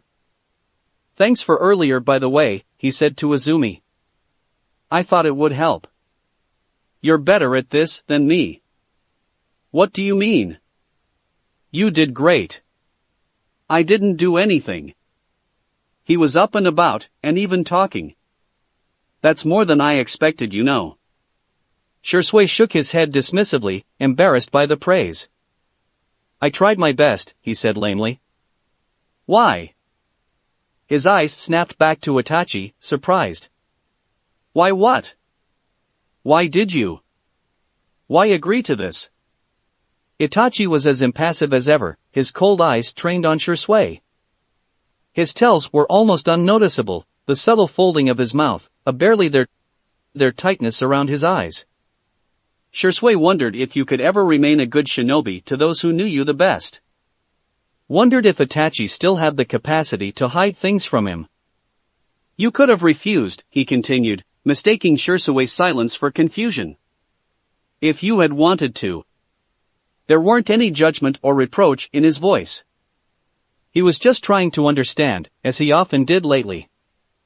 It could make him appear callous and unfeeling, to those who didn't know him, when it was the opposite really. Izumi looked curious too. She too wondered, but she hadn't dared ask. Itachi wasn't aware enough of the weight of his own words to be concerned with that. I could have said no, Shizui's agreed. He had thought about it, it was such a big responsibility, especially since he had no intention of acting as a prison guard. But then, they would have asked someone else. Who would have probably said no too? Ask enough people and they would have given up, decided that he could be left on his own after all, as long as there were Anbu watching him from afar or something. They would have sent him home alone, and that would have been the end of it. The politics of the matter were sensitive enough that no high-ranked could be asked, and the lower shinobi wouldn't want to approach the matter within 100 miles. We would have all forgotten about it and move on. But not him. It was easy to see that Naruto was adrift. He didn't know who he was anymore, and what to do. Shisui could relate to that. And Itachi could too. Do you remember? He asked Itachi. After it, all went down, what everyone said. They said you should have come to me. You should have told us. I was on your side. I would have listened, would have helped. They said it like it was obvious. Your parents and the other Uchiha leaders, the clan heads, the Hokage. And we even agreed after a while. That we could have, that we should have. It's easy to say now that we know how it turned out. He wasn't aware of how much Itachi had told Izumi about that whole mess. Enough, judging by the look of understanding on her face. If not the details, then the generals, how they had found themselves cornered and alone, seeing no way out, no one to turn to. But if we didn't, back then it couldn't have been that obvious. There's a reason why we didn't ask for help. Why we kept it all to ourselves. Because no one ever told us. No one ever told us that. Clearly, without detour. You can trust me. I'm on your side. Whatever it is, I can help you through it. They all fancy it to be such a given, all think they are above any doubt. But the truth is, nothing is ever obvious, as long as it's not said aloud. Especially for us shinobi. Those things are useless if they are kept quiet. He took a sip of Itachi's tea, hoping they would interrupt him, say something, anything. They didn't. He went on. And they think they're on Naruto's side too. They are, some of them. And they would have said, I can't help, but it's fine, because he can come to me, if he needs to. But how is he supposed to know that? I agreed because I wanted to do it, for real. I wanted him to know without a doubt, that he had even one person in his corner for sure. Isn't that what adults are supposed to do for kids? We've been told enough that we weren't kids anymore, so he won't be left to his own device like we were. I won't let that happen. Only when his voice faded away did he realize that he had gotten carried away, and he ducked his head, blushing, embarrassed by the way his two friends were staring at him. He hadn't meant to get so lyrical, and he felt self-conscious about his ambition. Wasn't that pretentious of him, to think he could do better than everyone else? But that's why he was angry at Kakashi, who had decided he couldn't help without even trying. Shursui wouldn't do that. He wouldn't turn his back on the angry kid. Neither Itachi nor Izumi mocked him in any way. Izumi smiled proudly, and Itachi kind of smiled too, soft and subdued, a sight that was slowly becoming familiar. You will make a great teacher, Shursui, was all he said as an answer. Shursui looked away, trying and failing to hide a smile of his own. He had told only Itachi about it, had made no formal demand yet. He was scared of being denied, but the more time passed, the more he was convinced this is what he wanted to do. This was the only thing that made sense for him. Do you think he will believe you? Izumi inquired with a worried tone. I don't know. Maybe not anytime soon. But I hope it'll make a difference, someday. It will, Itachi said. As it would have for us. It will, Izumi confirmed, confident. You know we'll help, right? We'll be right there beside you. We don't make such a bad team, Itachi added, pensive. He said that with such a serious face, like he had pondered over the question in great details. Who knew, maybe he had. That we do. Izumi laughed, slamming a hand on his back. The dango stick between his teeth flew straight out of his mouth and into his tea. Gross. I was drinking that. It's my tea. Yeah, go buy your own. Izumi, you were drinking that too. Ha. True. The shop owner was starting to look at them dirty anyway, seeing that they had purchased a single set of dango sticks for 3. Shursui got up to order more tea and more dango, after Izumi's dramatic plea that she was a poor chunin on a poor chunin budget and that Shursui was the responsible adult here. Itachi had the gale to laugh, that traitor. Shursui wondered why life couldn't be easy like that all the time. Hiruzen looked at each of the clan heads standing in front of them, one by one. For all of them he could call up a memory of a time they barely reached his waist, he could still see them running through the streets, laughing carelessly, or coming back from the battlefield, grim and bloody, haunted. He had seen them all grow, become stronger and stronger, build their family and nurture their clan. Here they stood now, a united front, a vision he had always hoped for, that was more than welcome. Even if they were united against him. We believe it would be for the best, Hokage-sama, Shibi said with his ever-calm voice and composed attitude. He was as neutral as they came in the dynamics between clans. They used to have Shikaku address him for such matters, but he was deemed too close to the Hokage's power now, and he himself was reconsidering his position in their government. It was all changing, and Hiruzen would have been a fool to say it wasn't for the best. Not that he wasn't a fool anyway. I agree. It was satisfying to see he could still surprise them. They had already dismissed him as an old inconvenience, but he would keep his seat as long as no one suitable came up for replacement. Which they were already thinking about, apparently. You do? Fugaku asked, skeptical. He had always been the wariest of Hiruzen, understandably so, but it was reason now, practical. They had all grown. It was good to see them like this, with both the village and their own interests at heart, trying to build something together instead of each looking for the most profit on behalf of their clan. The tangibility of one of those clans' annihilation could have that kind of consequences, he pondered. As he often did, Hiruzen's thoughts drifted back to Danzo. How convinced he was to always act in the interest of the village, how much more prone he was to the means justify the end than Hiruzen had ever been. Hiruzen had not approved of most of his friend's action. But he had never seriously tried to stop him either. The worst thing about uncovering Danzo's many schemes was to realize how much of those Hiruzen already suspected. The questionable methods of route, being for training or recruiting, the summary way he had dealt with anyone he deemed a threat to their safety. His encouraging of Orochimaru's experiments. None of them he had lived up to in the end.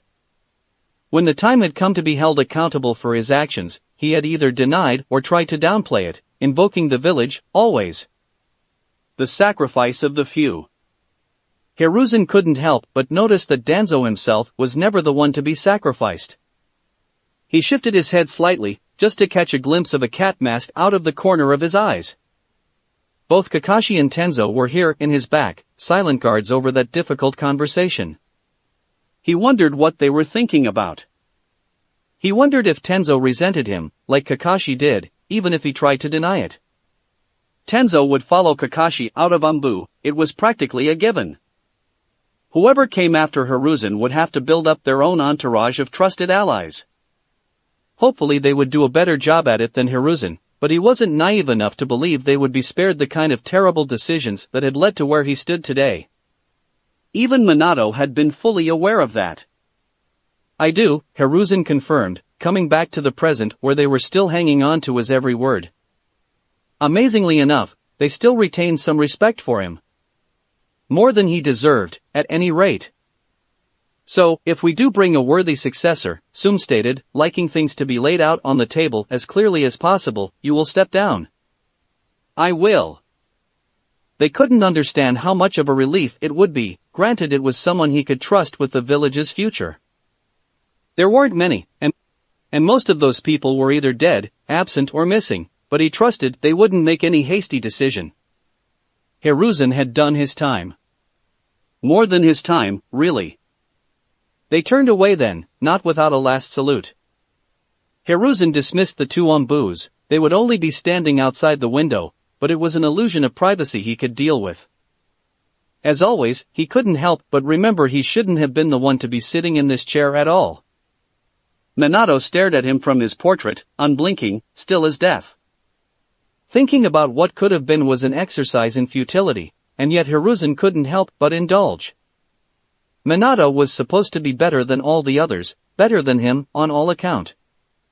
He would have united the clans much sooner.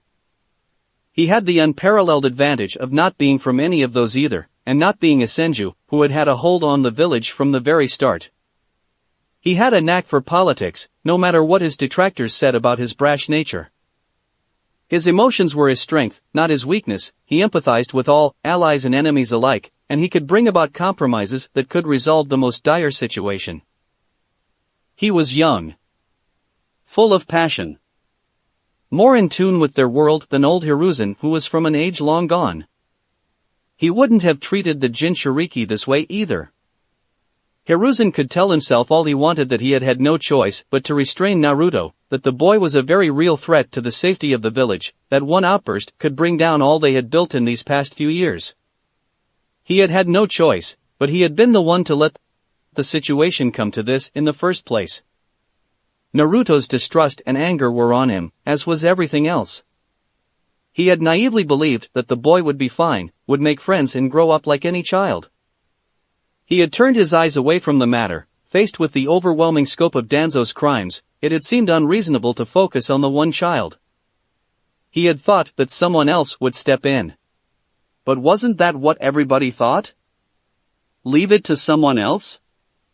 Someone else hadn't come. No one had. Jinchurikis truly were the power of human sacrifice. It wasn't just their body, offered as a prison to the tailed beast. It was their whole life, their very humanity stripped down from them, peace built on the ruins of their future. Receptacle of the hate and fear the tailed beast elicited in people, as well as of the beasts themselves, suffering so that others could thrive. Why was it this way? Why couldn't they do better by those who had received such a burden? But people were all too happy to have an outlet to their grief. How easy it was to have Naruto to blame, instead of a nameless calamity they couldn't see or reach, instead of the tantrum of a fate they had no control over. If it was even fate at all. He had heard about the Uchiha looking for one of their own, gone rogue and turned against them. What supreme irony would it be if the fox wasn't responsible either?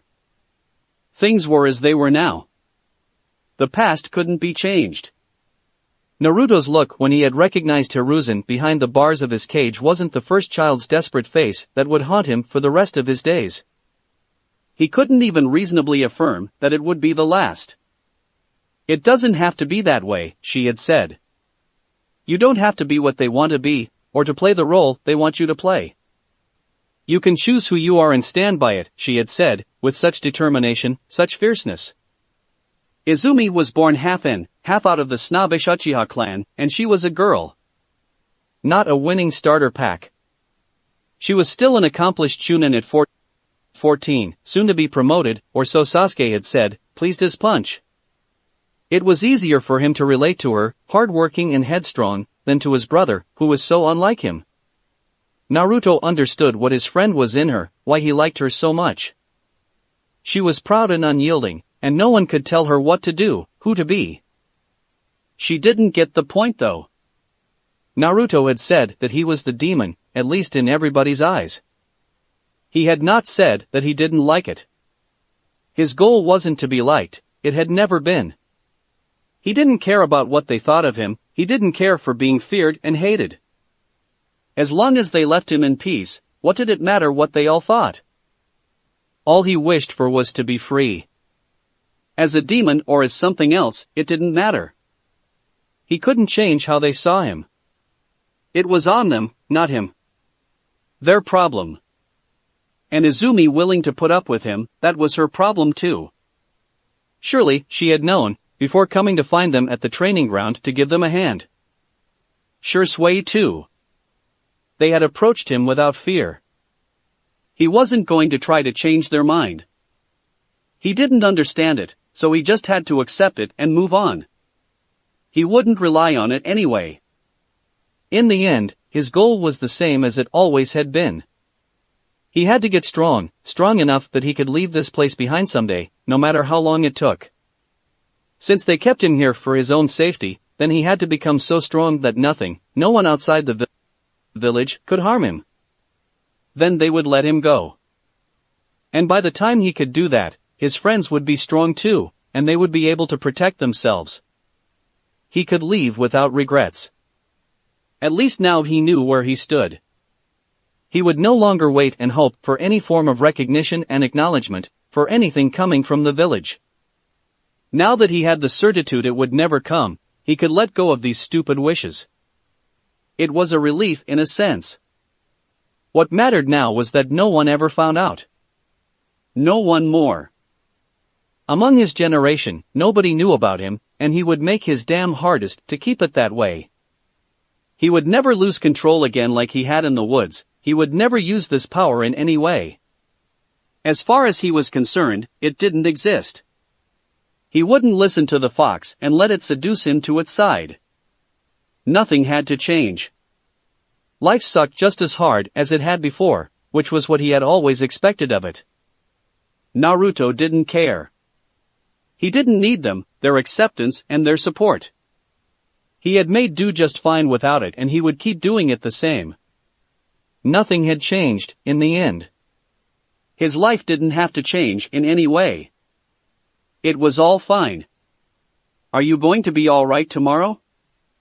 Naruto groaned a non-committal sound back and had the small satisfaction of witnessing Shursui trying very hard not to roll his eyes in exasperation.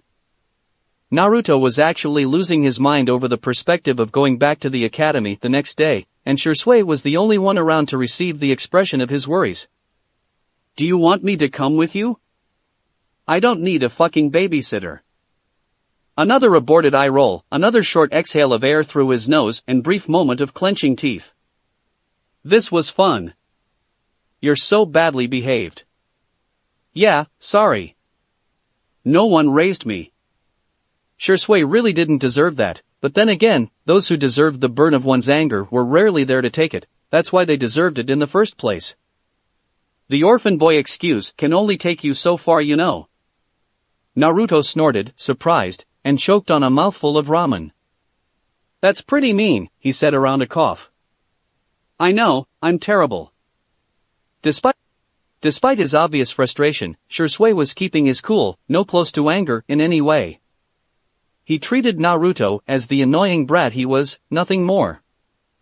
It was destabilizing, but it would have been a lie to say it was unpleasant. Are you going to tell your friends? If only he could quit it with the serious questions. No. I think you should. No way. They wouldn't mind, you know. You could. I said no. His hand hitting the table disrupted their bowl, making a mess on the old damaged wood. All right, Shursui agreed, unfazed. But I think you're wrong. Naruto swept the table quickly before hiding back into his bowl. I don't care what you think. That was kind of a lie. Silence fell on the classroom as soon as Naruto walked in. He had intended to arrive much earlier, but he had underestimated the time needed to walk to the academy from the Uchiha district. He had thought he'd left early enough to avoid Sasuke on the way, only to find the boy already there when he arrived. All faces turned toward him. He did his best to ignore them. Sakura didn't though, and she scrambled to her feet to run to him as soon as she spotted him by the door. For a horrifying second, he thought she was going to try and hug him, but she stopped at an acceptable distance, a wide smile on her face that folded her scar in half. You're finally back. I'm glad you're feeling better. He shrugged, embarrassed. Did she have to be so blunt about it? It had only been a week. It's not like they could have missed him or anything. Must have been pretty sick indeed, Ino drawled at Sakura's side, casually leaning against her friend, an arm propped on her shoulder. I guess, Naruto said warily. What did she know? She was always so damn noisy, always meddling. Would she tell, if she had heard? He didn't feel like building up a lie onto that, especially not to counter her. If they started to ask too many questions, he would just leave. Now was as good a time as any to wonder if Shursui would scold him for skipping classes. That would be crazy. They didn't ask though. Sakura shot Ino a warning look and the girl shrugged but went back to her seat without another word. Naruto couldn't do the same, Sasuke had taken her place, right there in front of him. Are you all right then? He asked. It wasn't concern in his voice and on his face. They couldn't care that much. He didn't want them to. Yeah, of course. You sure? I'm telling you. You don't have to worry about me. Sasuke crossed his arms, displeased. I'll worry about you if I want to. What was Naruto supposed to answer to that? Thankfully, nothing, because Daikoku interrupted them to send them to their seats so that he could begin the lesson.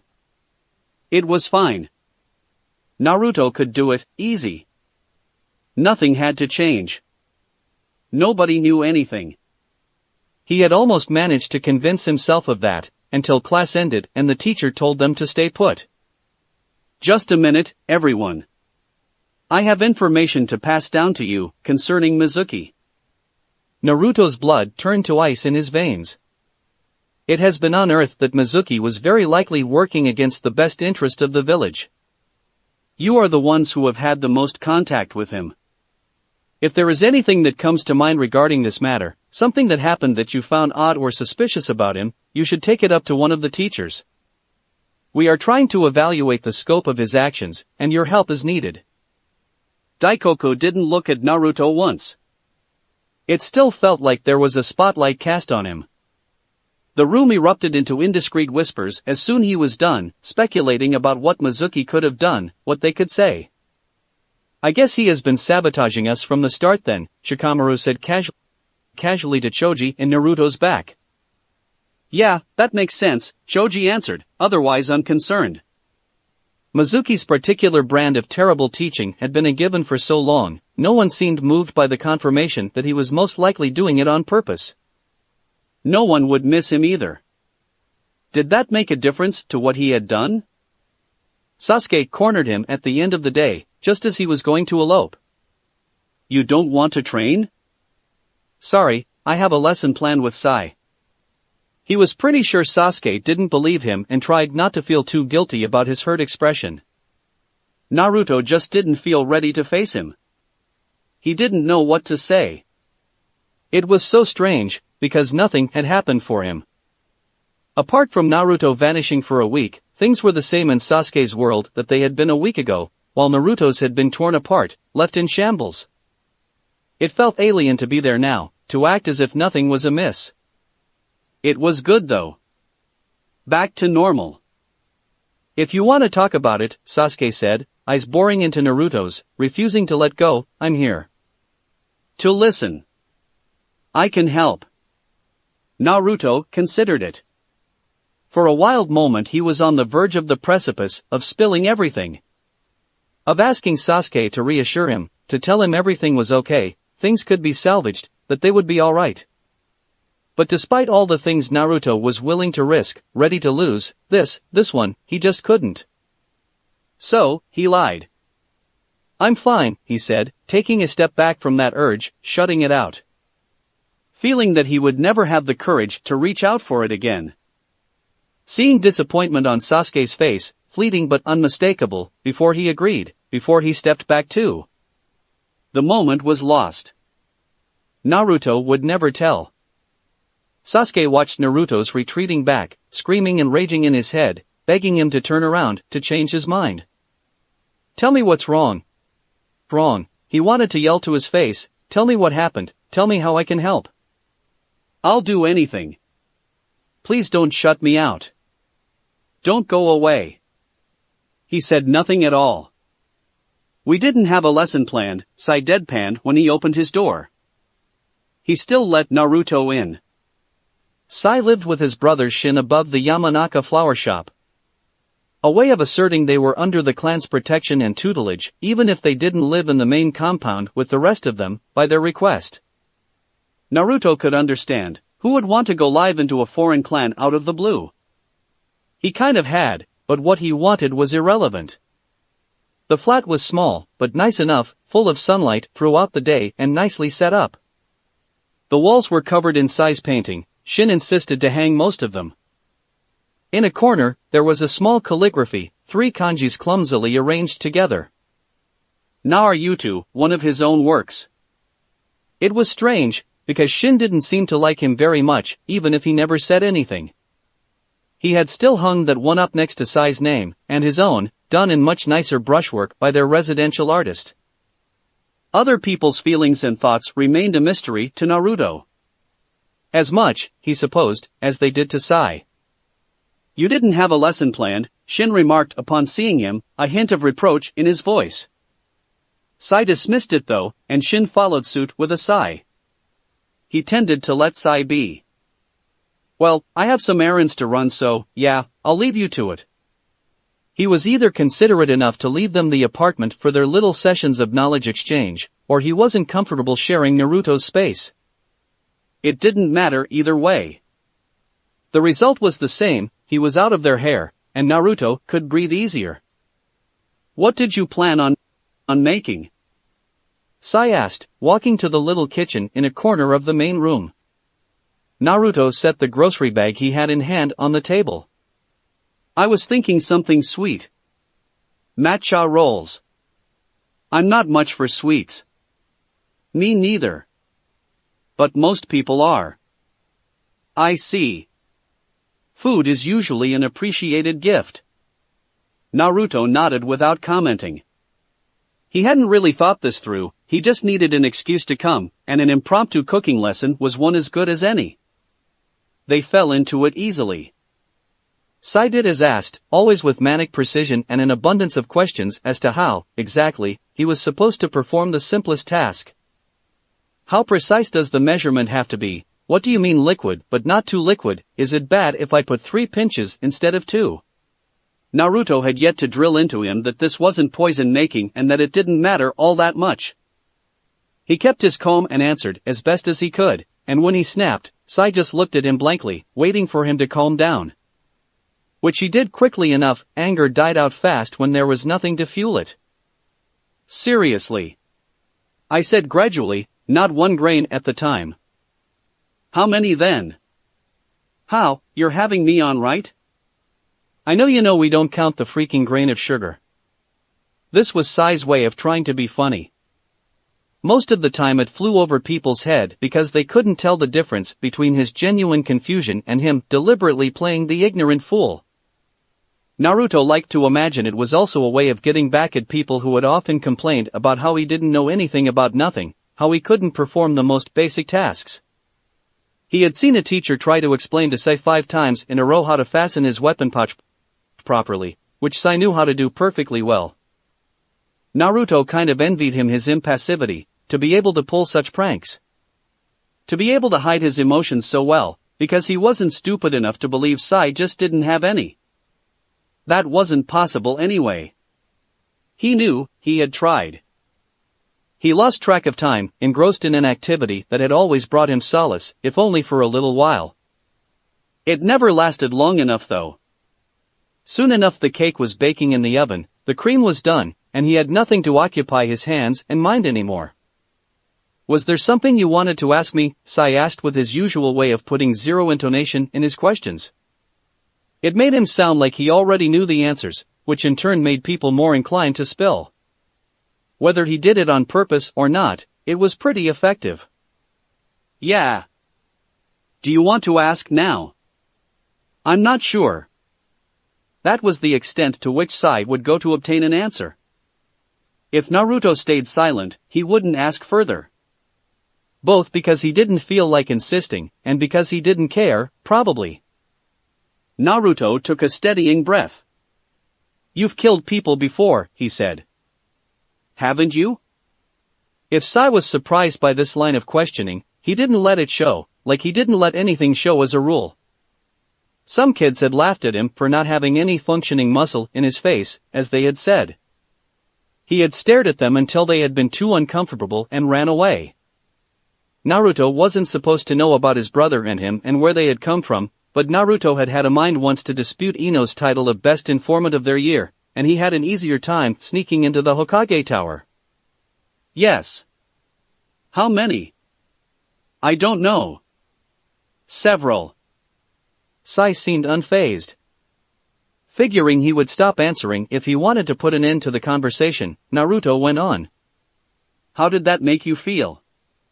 Sai took a long time to answer. The rumors of the busy street filtered through the gaping window. The shimmying of the bell that hung above the door of the flower shop carried all the way into the apartment, an uneven rhythm of soft gingling, before the door closing cut the exchange of greetings at the shop counter. Also very mundane, peaceful, and bland. South close, and yet so far away. Untouchable. I don't know. Nothing in particular, I think. I was following orders. Or I was trying not to get killed. Were they all shinobi? No. I am though. That justified it, or at least that was supposed to. Shinobi obeyed orders. Shinobi had a right to kill. What did it make you feel? Yeah, tell us, little boy, what did it make you feel? Naruto hid a grimace behind his messy hair. No matter how hard he tried, he couldn't tune it out, not fully. He didn't know if it was a change in the seal, or if it was just because he was aware of that presence now, locked up at the back of his head. It wouldn't leave him be. Sai didn't look otherwise perturbed, and Naruto figured he didn't know. He just assumed that was where Naruto's questions were stemming from. That right there was what made it a good choice to ask him, his inability to be surprised by anything. And to judge in any way. I'm not sure. I didn't mean to, but I don't really regret it either. Why did you do it? That, at least, was a simple enough question. I didn't want to die. Fair enough. What's the problem then? I feel like I should feel bad. And you feel bad because you don't. Put that way, it sounds pretty stupid. But, I've always heard it said that killing someone was a terrible thing and that it changed you as a person, but had he not learned what he had, he wouldn't have been so disturbed by his lack of emotional response over Mizuki's death. He couldn't help but wonder now. Was it because he wasn't exactly human? Was it because he was damaged somehow? Unable to feel what others did? Was he just heartless? Why are you trying to put all your faults on me? Naruto growled, frustrated. I don't take pleasure in death either. It sounded almost hurt. I don't know if that's what they say, Sai answered, oblivious to Naruto's internal warfare. But it's pretty hypocritical of them. We are raised to kill, after all. He wasn't wrong. Maybe it had been truer for him than for the rest of them, but it was still true in the end. Wasn't that where they were all heading, eventually? There was no such thing as a white shinobi. Eventually, they would all be covered in blood. In all probability, you will kill again. It's a good thing not to be too torn up over it. You're so depressing, Sai. Am I? The oven shinned in, bringing them back to the present, to more earthly concerns. They spread the cream on the cake, rolled it, cut it into slices. It didn't look so bad. Such a small thing, but it made Naruto feel a little better. I'll take half. I thought you didn't like it. It's not for me. He hoped Shursui did like sweets. Thank you, Naruto mumbled on the doorstep, looking away from Sai's blank face. You were the one to teach today. Naruto chuckled. Often enough it didn't change a thing if Sai was serious or not. An easy way of handling him was assuming he never was. Thank you for letting me teach you then. See you later. Goodbye.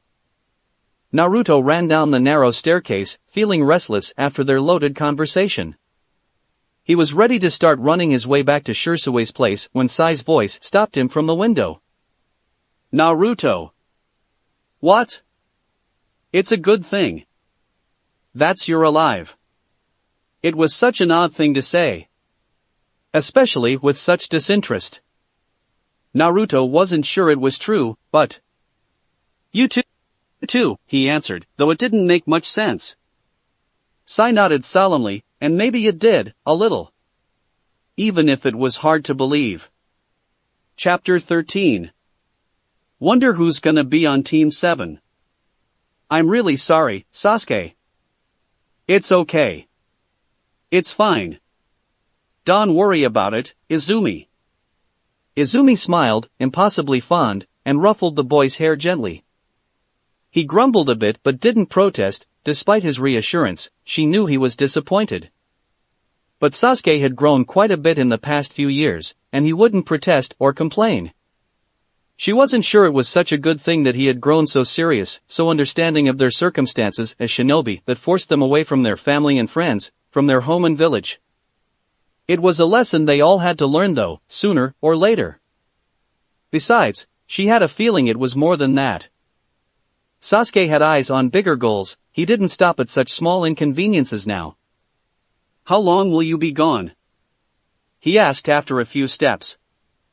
They were walking back from the training ground where she had come fetch him. She wanted it to be just the two of them, to break the news to him and him alone.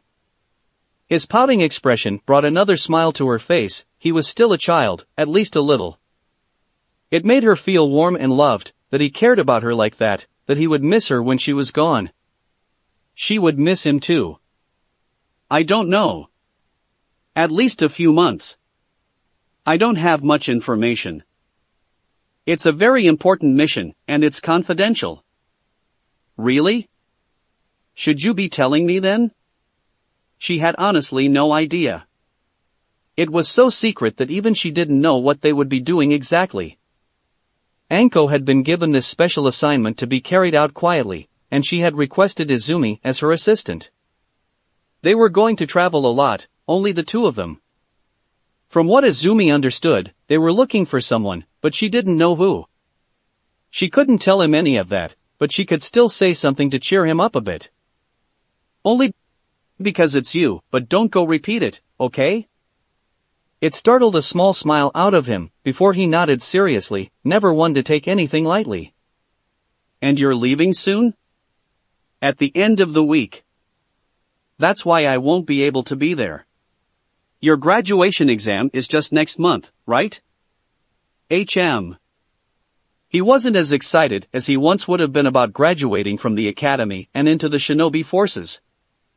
His ambition had grown quite a bit, and making genin was a minor milestone in his path. There was something else he surely was looking forward to. "You'll get your genin team then. Are you excited?" He wasn't as enthusiastic as she expected. He just shrugged, face set in a displeased frown. "What is it, Sasuke? Are you worried you won't get paired up with your friends?" "It's not that." It had been one of her and her classmates' biggest concerns, she recalled, when graduation had started to loom over them. They had no idea how the teams were formed exactly, and everyone was speculating, hoping, fearing the outcome of the repartition. The first genin team was a big deal, and often gave birth to lifelong bonds and friendships. She knew a few adults around her that still had a close relationship with their genin teammates and instructor when they were still alive. Sasuke's situation was a little different though. There were a few associations that were a given, with no suspense whatsoever, the Inoshikacho trio, or how the Aburame and the Inazuka were almost always put together. His future team wasn't really a secret either, but not for the same reason. "I know they'll put us together." "It's not like they have a choice," he said, a little bitter. She didn't know if he had been told explicitly, or if he had just caught up on his own. In any case, he was right. There was no way Naruto would be put with anyone other than Uchiha Sasuke and Haruno Sakura, on account of any other combination being a recipe for disaster. Naruto had not settled down in the slightest since the whole ordeal with Mizuki. He was just as closed off and aggressive, if more, at times. "Are you and Naruto still fighting?" Sasuke's expression soured. "We're not fighting. At least, I don't think we are." His frustration was obvious and heartbreaking. No matter what he did, Naruto simply refused to let anyone in, keeping his friends at arm's length. Sasuke had merits for sticking to him, despite everything. Another kid would have given up a long time ago. Naruto wasn't outright dismissive or distant, and it was worse, in a way. Izumi had witnessed it enough to know the pattern by now. They trained and spent time together, like in the early days of their friendship, and both seemed content with that, but then Naruto would snap, like he was suddenly remembering that he didn't want that after all. Usually, it was because Sasuke had crossed some invisible boundaries that no one had been able to map out. If he suggested they went to his house, they did a certain activity together. If he said a certain thing, Naruto would shut down, retreat within himself, with no hope to be reached. Sometimes it lasted only a few hours, sometimes it went on for days. She knew for a fact that Shursui had similar issues. 1 step forward, 3 steps back. It wasn't for lack of trying or goodwill, not from their part anyway. It was Naruto. He simply refused. It was his will working against everyone's attempt at breaking through him. He didn't want to get closer to anyone than he already was. He didn't want to be soothed, to be tamed. Didn't want those bonds to get any deeper. Shunsui at least knew where it stemmed from and what he was up against. But Naruto had stubbornly refused to share anything with his friends, even the closest ones, and as a result Sasuke and Sakura were still in the dark about their friend's true nature and abilities. The rift it created between them was unbreachable as long as Naruto remained secretive. Sasuke knew something was up with him, but he had no idea what it was, and it drove him crazy. "I don't know how to help him," Sasuke confessed. What could she answer to that? No one knew. Sasuke and Naruto had been getting into fights more and more lately, the only way they could express their frustration at each other, their impossibility to communicate frankly. Sasuke was hurt that Naruto didn't trust him with whatever it was that was going on with him. And Naruto was terrified of him knowing. Despite their best efforts and reassurance, there was nothing they had been able to do to alleviate that fear. Naruto wouldn't budge. He himself hated what he was, hated the demon and its receptacle in equal measures, and he couldn't fathom anyone thinking differently. They walked all the way to his house without much more talking. She popped in just long enough to greet Makoto but refused her offer for a drink or a snack. She had things to do and stuff to pack before her mission. Time with her mother to spend too. "I'll come to say goodbye before I leave," she promised Sasuke on his doorstep. He still looked down, and she didn't like to see him like this. She ruffled his hair again. "You'll figure it out, Sasuke," she promised reassuringly. He nodded. She was confident he would try his damn hardest at least. "I'll be waiting outside with Itachi. You can join us after you've received your headbands," Shunsui said as he tried to get the rice cooker to cooperate with him. Naruto always felt guilty when he saw Shunsui pester after the old thing. It was working fine enough before Naruto had hit it hard one day out of frustration. "How can you be so sure I'll get it anyway? Why wouldn't you? Your grades are fine, and you can perform all the standard jutsu without trouble." Naruto huffed, annoyed as he always was by Shunsui's heartfelt answers when Naruto was just trying to rile him up. That man was so very hard to anger, it wasn't even funny. "Right. Aren't you happy to be done with the academy? I remember it couldn't have ended fast enough. I guess." The rice cooker gave a reluctant beep and complied with Shunsui's plea. He went back to sit at the kitchen table in front of Naruto. "If it's so terrible to graduate, you can just stay in another semester." "What? No way. Then what's the issue?" It was too late to pretend nothing was wrong. Naruto wasn't as good as he would have wanted at hiding his feelings, not from the Uchiha anyway. And after almost 2 years of living under the same roof, Shunsui was fluent in his tells. That didn't mean he had gotten any luckier at getting Naruto to talk. Before starting the academy, Naruto had been excited about it. After starting, he had been excited for it to be over and to become a genin to get the hell out of there. Now he was wondering why he had ever gotten in at all. He was not interested in being a ninja. He had thought that ninja meant training, fighting and getting stronger, which was his main goal in life. Now he understood though that being a ninja meant, first and foremost, serving the village. He would be a genin soon, and for what? To do pointless missions helping old hags around the village? To take people's money in exchange for doing shits for them? Naruto already had a livelihood, stealing it from others. And the village paid Shunsui to look after him anyway. He would get a jounin instructor, but he didn't need that either.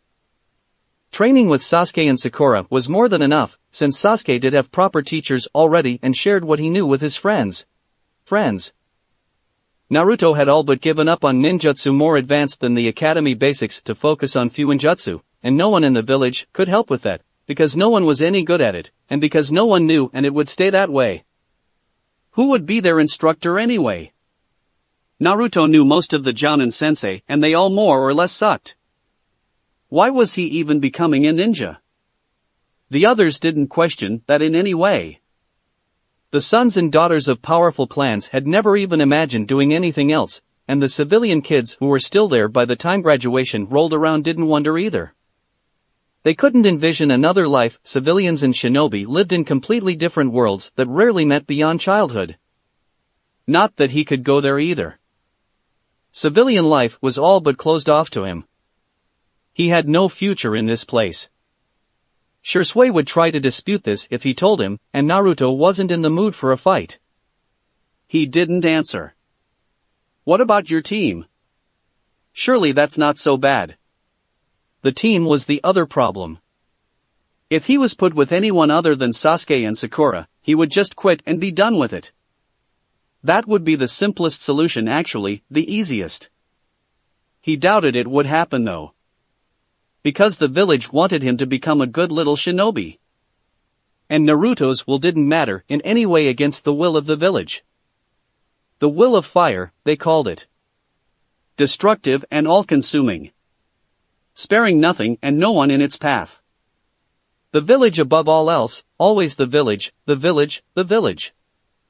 Why did they all care so much about that damn place? It's not fair to them to end up stuck with me. If he was in a team with Sasuke and Sakura, he wouldn't be able to just quit on them. Despite his resolve not to get too attached, he had never managed to really go through with it, cut all ties. He didn't want them to hate him, even if he tried to achieve it, sometimes. It would have been for the best, he knew, to stay away, but was it so wrong of him to cling to that one small good thing he still had? Most days, he couldn't answer. As a result, he was terrible to them both, and they didn't deserve to have that follow them after the academy as well. You know they'll be elated to keep your little trio intact. He did know. It made it worse in a way. Why couldn't they just give up on him, since he didn't have the nerve to do it himself? That would solve it. The higher you climb, the freer you'll be, Naruto. In a year tops your team will be sent on missions outside the village. You'll get to. Shut up. Practiced in the exercise, Shunsui lifted up both their glasses as Naruto slammed his hand on the table, preventing them from tipping off. That won't be like that for me. You know it. They told me I couldn't leave the village. They're not going to send me on any goddamn mission. It wouldn't be long before Sasuke and Sakura questioned this. They would wonder why all their friends got to travel the land and see the world while their team stayed on patrol duty at the outer wall or something. What would they tell them then? They would run out of excuses soon enough, and then. Or their team would be split up.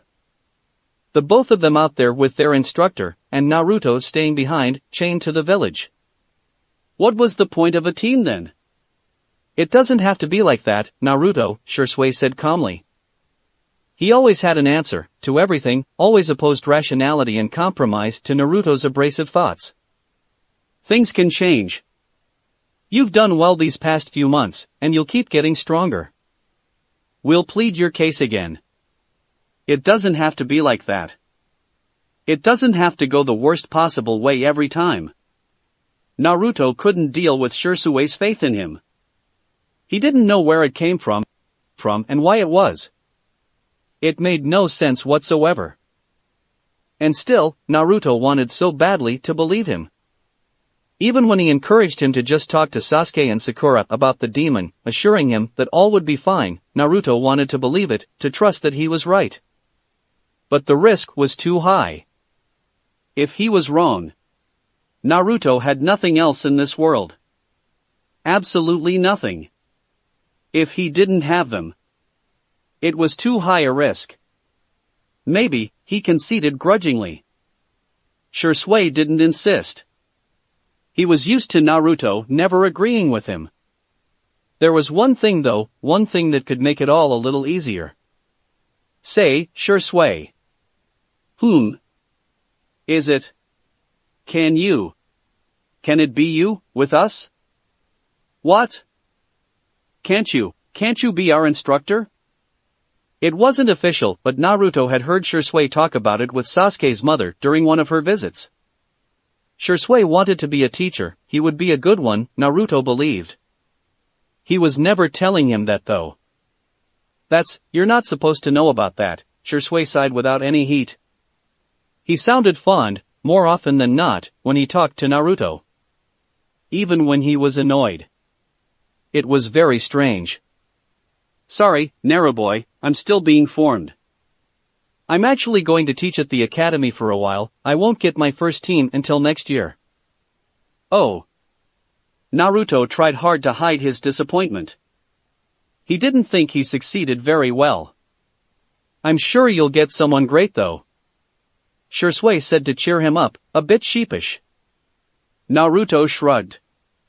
Whoever they were, they wouldn't be as cool as him. Naruto was never ever telling him that either. Do you have everything you need? Are you sure you don't need an extra snack? Aren't you going to be cold? What about? Moom, stop it, it's fine. Come on, I'm going to be late. Sakura batted her mother's hands away, eager to escape her fretting. She was way more stressed out than Sakura was, and she was starting to stress her out too. It was only a lame exam, a formality. The results were a given. At the end of the day, she would come back home a Konoha Genin, her headband firmly tied around her head. She was more excited than anxious. Alright, I'll stop. Sakura? You're not gone yet? I would be if Mom would let me. She answered her dad with a dramatic sigh, but not much heat. Her mother had always been a worrier, they weren't going to change her now. I'm leaving now. Sakura. Sakura kept an eye roll in, intrigued by her mother's sudden seriousness. She turned to face both her parents standing under the porch, looking at her. We haven't always been as supportive as we should have. But we're very proud of you, Sakura. As a reflex, she raised a hand to her cheek. The scar had faded away a great deal, but it was still visible, still pulling a little at the corner of her mouth and the skin under her eye, making her face a little asymmetrical, a little weird. She didn't mind all that much. Many shinobi had scars, on their face or elsewhere, and the older she'd get, the less peculiar hers would be. She was used to it by now, the feature as normal as her nose or her big forehead. Neither good nor bad, just there. Her parents didn't stare at it so much anymore either. Funnily enough, the short hair had been harder for them to get used to. She liked them that way. They were barely long enough for her to gather them in a small ponytail at the base of her skull if she wanted to. They stuck in all directions despite her best effort to tame them. Ino said it looked stylish though. Thank you, Mom, Dad. They didn't go as far as a hug, but the sentiment was there. She was happy they had finally come to accept her choices in life, and to believe she could stand by them. She smiled at them one last time before hurrying out of the front yard and into the lively street. It wouldn't do to be late on her graduation day. What took you so long? Ino asked once she spotted Sakura rushing toward their usual meeting spot. Sorry. Just my parents getting emotional, she said with a grimace. Don't complain, at least your parents give a shit. They give too much. Better than not at all. Sakura pondered whether or not to ask. When she was upset, Ino was either eager to spill or would get mad about being questioned, and there wasn't any pattern to it. She usually liked to rant about her father though. What happened? Sakura asked, decided to give it a try. Bad enough that he forgot. But then he didn't even own up to it. He said he did remember, but that he just thought it wasn't such a big deal, because I was supposed to have more ambition than this. He said he'd be there when I make Jounin commander. That sucks. The worst thing is he thinks he's actually being encouraging. That he's just pushing me for more. 1, I can push myself, thank you very much. And 2, I didn't ask him to throw a freaking celebration party or something. It just wanted him to give one shit about my life.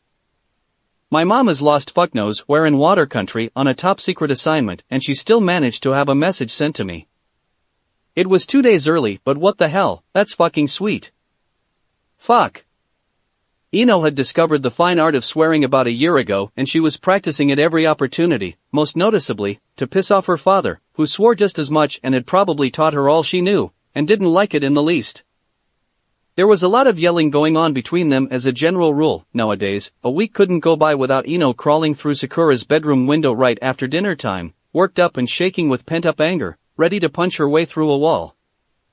If it wasn't too late they snuck out to go trade punches in a small yard nearby. Otherwise, she simply laid face first on the bed while Sakura read aloud whatever it was she was reading. It didn't matter. Ino said her voice was soothing. They often ended up falling asleep side by side on her narrow bed, after talking and venting well into the night. Sakura felt guilty about how much she enjoyed those nights. She didn't want to be thankful for Ino's terrible relationship with her father. Do you want to come by after school? My mom will be plenty proud for the two of us. Ino shrugged, always needing to be a little difficult. Don't you want to hang out with the boys? Sakura looked out in the distance, more bothered by the question than she would have liked. It's not that I wouldn't want to, she said. I'll invite them too actually, but I'm not sure Naruto will agree. Still being difficult, huh? Men are such a bother. Sakura chuckled. Ino was saying that to cheer her up, dramatic tone and all, even if she stood by that sentiment. They both knew though that the issue with Naruto didn't stem from the propensity of the boys their age to act like stupid idiots. She wished it was that simple. You sound like Shikamaru, she teased to change the subject. Ino rolled her eyes with a dramatic groan. Don't talk to me about him. I'll soon be stuck with him and Shoji days in and days out. I don't need to take a head start on that. Ino had mixed feelings about the inevitability of the Ino Shikocho formation. Shikamaru and Shoji were more than happy to be on the same team of course, but they also agreed that it was a bit contrived, and really no fun.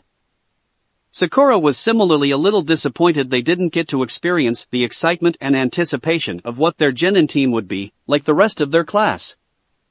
Shikamaru's father had visited her family a few weeks ago, to ask her parents and herself what they thought of her being paired up with Uchiha Sasuke and Uzumaki Naruto. Her parents had known better than to interfere, and she had agreed, of course. She could have been on any team. Sasuke too. But not Naruto. She was a bit apprehensive of how that was going to turn out, if she was being honest. She was getting tired of Sasuke and Naruto headbutting, and of headbutting with the blonde boy herself. If she was honest, she would recognize that the latter happened more often actually. Sasuke had way more patience than her regarding Naruto's moodiness. Oh, where is Sai by the way? He usually joined on their morning walk since he lived right outside the Yamanaka estate. He's not coming, Ino said, aiming for casual and only coming off uncomfortable and defensive. What? Why? Is he not graduating? He already has the rank. Sakura almost asked, but ultimately chose against it. Ino was touchy on the subject of Sai and Shin, and what she knew about their origins. Insisting was a sure way of angering her. The academy was in shambles when they arrived, with all the students of their year, plus the ones trying the exam again gathered in the yard, waiting outside the building before being shuffled in for the written tests. They were used for ranking more than anything else. Technical knowledge wasn't really the most valued things in future shinobi. For some unfathomable reasons. It was a drag, since they weren't allowed to exit the room before everyone was done. Sakura was sitting at the back of the class and she busied herself during the last hour by observing her classmates. Shikamaru was also done, napping on his crossed arms and drooling on his test. Some were writing frantically or pulling their hair, like Kiba, while others like Shino or Hinata calmly put down their answers one by one. Sasuke was proofing his answers for the third time, changing minor, inconsequential details like the freaky perfectionist he was. As for Naruto, he was done too, looking at the ceiling, arms crossed behind his head. From where she was, she couldn't see if it was because he had already answered all the questions, or none of them. "How did it go?" she asked once they were released, catching up to him in the yard. "Don't worry," he answered, "I didn't waste your efforts." She wanted to protest, that's not what she had meant. But it's true, she was worried he would sabotage himself. She trusted he didn't want to stay behind at the academy, she didn't trust he wanted to move forward though. They had studied a lot together because he wanted to keep his grades at least passable, so that Shursui would stop nagging at me, or so he said. She just wanted to help. Sasuke, coming to join them, shook his head at her, urging her to let it go. She didn't understand how he was so chill about Naruto's constant antagonism. She still complied, knowing he was more reasonable than her, at any rate. They chatted their lunch break away, careful to stay clear of any topic of the slightest importance. They were good at this by now, knew the extensive list of subjects to avoid, of allusions not to make, about Naruto, Naruto's home life, Naruto's trouble, Naruto's past and future, Naruto's wishes and thoughts. It was easier to avoid it than to get lost in sterile confrontations, but it still drove Sakura up the wall that they were so determined to pretend like there wasn't a problem in sight. A good thing the next trial of the day was taijutsu. Sakura would have been hard-pressed to say which one she was worrying the least about. After almost 4 years of regular training with Naruto and Sasuke, and even if they had met up less frequently lately, she was ahead of most of her classmates at hand-to-hand combat. She couldn't beat either of the two boys, yet. She could go toe-to-toe with them though, for long periods of brutal fighting. As fate would have it, or just their teacher's usual lack of insight, she ended up facing Uchiha Kara for the test. It was weird how little she felt toward the girl. Sakura was a little taller than her now, and more muscular. Kara was a good fighter, Sakura was just better, by a margin. The spar was over quickly. She offered a hand to the girl, still on the ground. Kara took it reluctantly and was quick to let it go, fading back into the crowd without a word. Sakura was fine with never crossing path with her ever again. Sasuke went up against Shikamaru. The lazy boy's parents had no doubt grilled him about doing slightly more than the bare minimum for once, because it was the first time Sakura saw him put up an actual fight, and he turned out to be decent at taijutsu, even if Sasuke still beat him easily. Naruto was fighting Hinata. Sakura hated the worried looks on the other's face, how the instructor hesitated quite obviously to switch them with somebody else. Naruto still had the same reputation of an aggressive troublemaker, and Hinata was considered weak-willed and weak period. They honestly believed he would hurt her, and on purpose nonetheless. What right did they have to speculate about him? She knew him. She was the one he had beaten up hundreds of times on the training ground. She was the one who could affirm he was never one to hurt on purpose, to pull up more than the other could handle, to try and assert his superiority. Even when anger got the best of him, when he was tensed and upset and more brutal than usual, he never crossed that line. As surprising as it sounded, he was a good teacher. Ruthless, yes, but efficient, useful. Which was more than could be said about most of their teachers at the academy. She considered stepping in when it looked like the instructor was really going to call it off. It was Hinata who cut all doubts. By starting the fight herself. Out of all of them, she was the one with the cleanest taijutsu style, and the most elegant, better than Sasuke even. She lacked decisiveness though, intent, but Naruto wouldn't take advantage of that. He didn't go easy on her, but he didn't go all out either. He let her have her chance, adapted around her style so that the fight could last, so that they could both enjoy it, in a way. She grew bolder as the match went on, managing to truly bring him into it. It was clearly the best fight of the day. It ended when he slipped through her guard and punched her in the chest, sending her to the ground. He didn't rush to her aid, and she got up on her own. They both had the faintest smile on their face when they bowed to close the fight. Did he have to hit her so hard? Sakura heard whispered displeasingly behind her back. The smiles disappeared. She prayed for patience and fortitude, remembering that she would soon be out of there. They went back inside for their last test. Ninjutsu. His friends were too good, Naruto pondered. They didn't have to worry about themselves, so they could focus all their worry on him.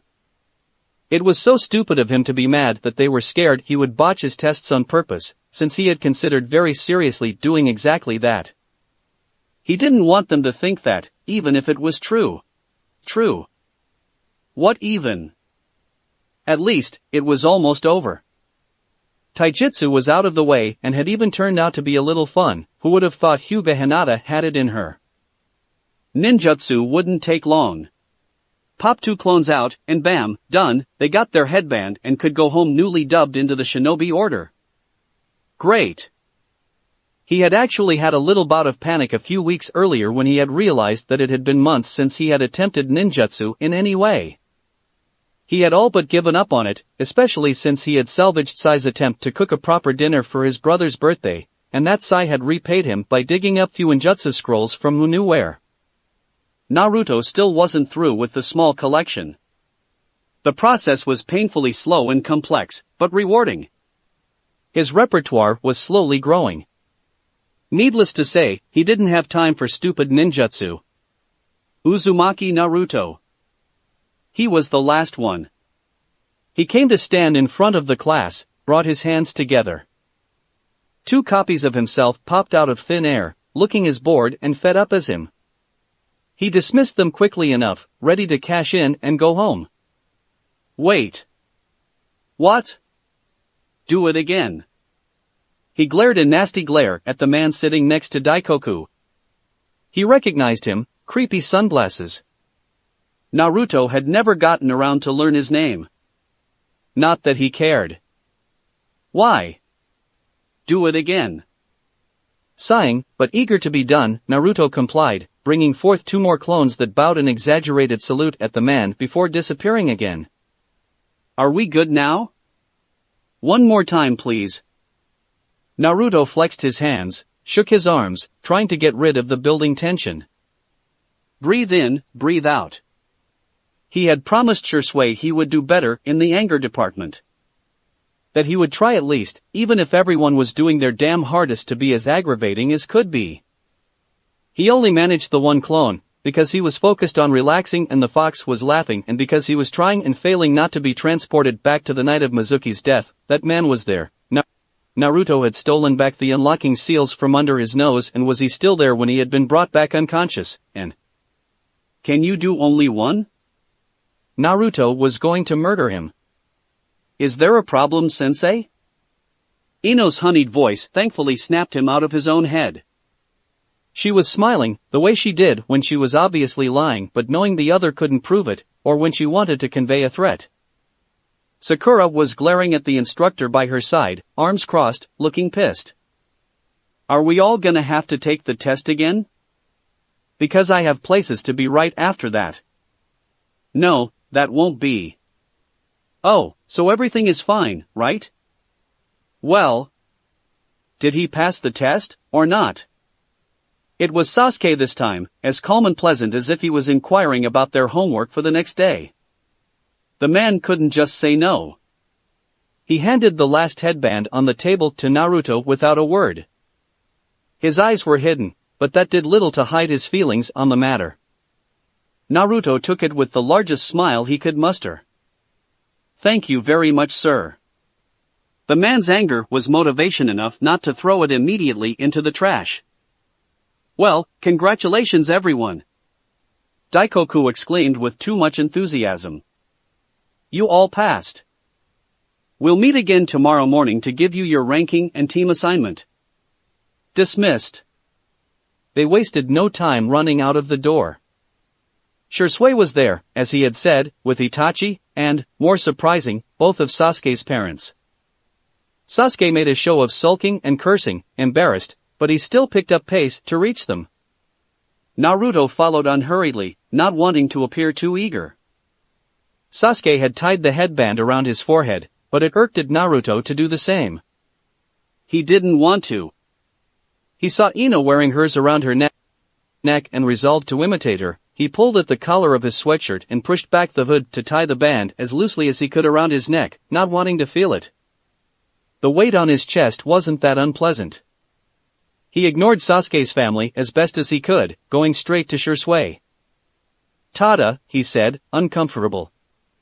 He was still riled up about that asshole and his attempt at what, humiliating him? Failing him? It was so pointless, so unnecessary.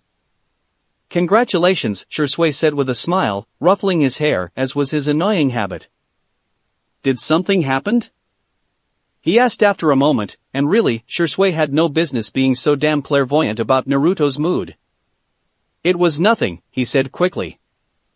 Of course, it had to catch Sasuke's ear. "Actually, I said it was nothing."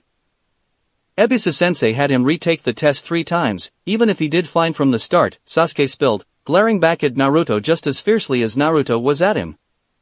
He never knew when to leave things alone. Sasuke's parents exchanged a look and Uchiha Sr. looked around, trying to spot the instructor. Naruto looked away. He had no interest in seeing Uchiha Fugaku defend him or whatever. "You did fine then? How high will you rank?" Shursui asked to distract him. He only got a shrug as an answer. It's not like Naruto cared. "Are you coming back with us?" Makoto asked them both. Shursui answered first. "If it's no bother." "What do you think, Naruto?" Now, he could say no, if he really wanted to. For all his pestering, Shursui rarely insisted if Naruto truly didn't want to do something. He didn't have to. He looked at him with his stupid smile, open and indulgent, ready to call it off if Naruto so wished. But Shursui would want to be with them for this, and Sasuke would want them there too. What was Naruto supposed to do against that? "I don't care," he said, as much a blessing as he could give. They stopped by Sakura's family to ask if they wanted to come as well. They politely declined. Lucky her. "Tomorrow," Sakura said, because maybe tomorrow they would have cause for celebration between the 3 of them. They pushed through the crowd and Naruto tuned out the whispers around him with practiced ease. Why did they let him graduate? Does he have to be a shinobi? He shouldn't be here, blah blah blah. It didn't affect him as much as it used to. If anything, it bothered the Uchiha around him more than himself. He let them to their glare and elbow blows. He didn't concern himself with these people anymore. He had been horribly uncomfortable the first time he had visited Sasuke's house with Shursui, and it was still just as unpleasant now. Shursui's house was bearable because it was just the 2 of them and had not been occupied for long, but here, everything screamed family, memories, life. The pictures and the scattered belongings, the wear of the furniture, the shoes lined up behind the door. He was a stranger in this place, an intruder. A part of his friend's life he could never be included in. It wasn't so bad when Sakura was here, because she was as uncomfortable as he was, albeit for different reasons. Status mostly, a residual shame from her clanless background. She kept trying to be extra polite and often failed, to Uchiha Makoto's great amusement. Fugaku didn't show up in those rare occasions. They opened the doors to the backyard and spilled into the well-kept garden, having collected a few other members of the Uchiha clan along the way. Naruto kept to his corner, waiting for the appropriate time to beat a hasty retreat. "Is everything all right, Naruto?" He accepted the glass of iced tea Makoto was handing to him and nodded, knowing it wouldn't be enough to satisfy her. She always tried to talk to him, despite his reluctance. "Do you want something to eat?" "I'm fine."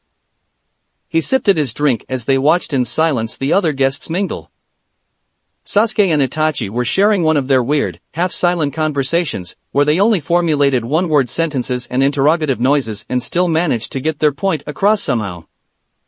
Fugaku was talking with an older woman Naruto didn't know, while Shursui stuffed his mouth with takoyaki. He could feel Makoto wanted to say something, but he wasn't inclined to give her a hand. He had a feeling he wouldn't like it.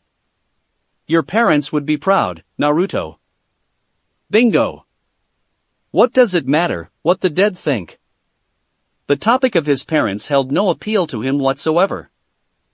More and more he was just convinced that they simply didn't want to raise the demon fox and had opted out of that ride before getting stuck on it. Cowardly, but understandable.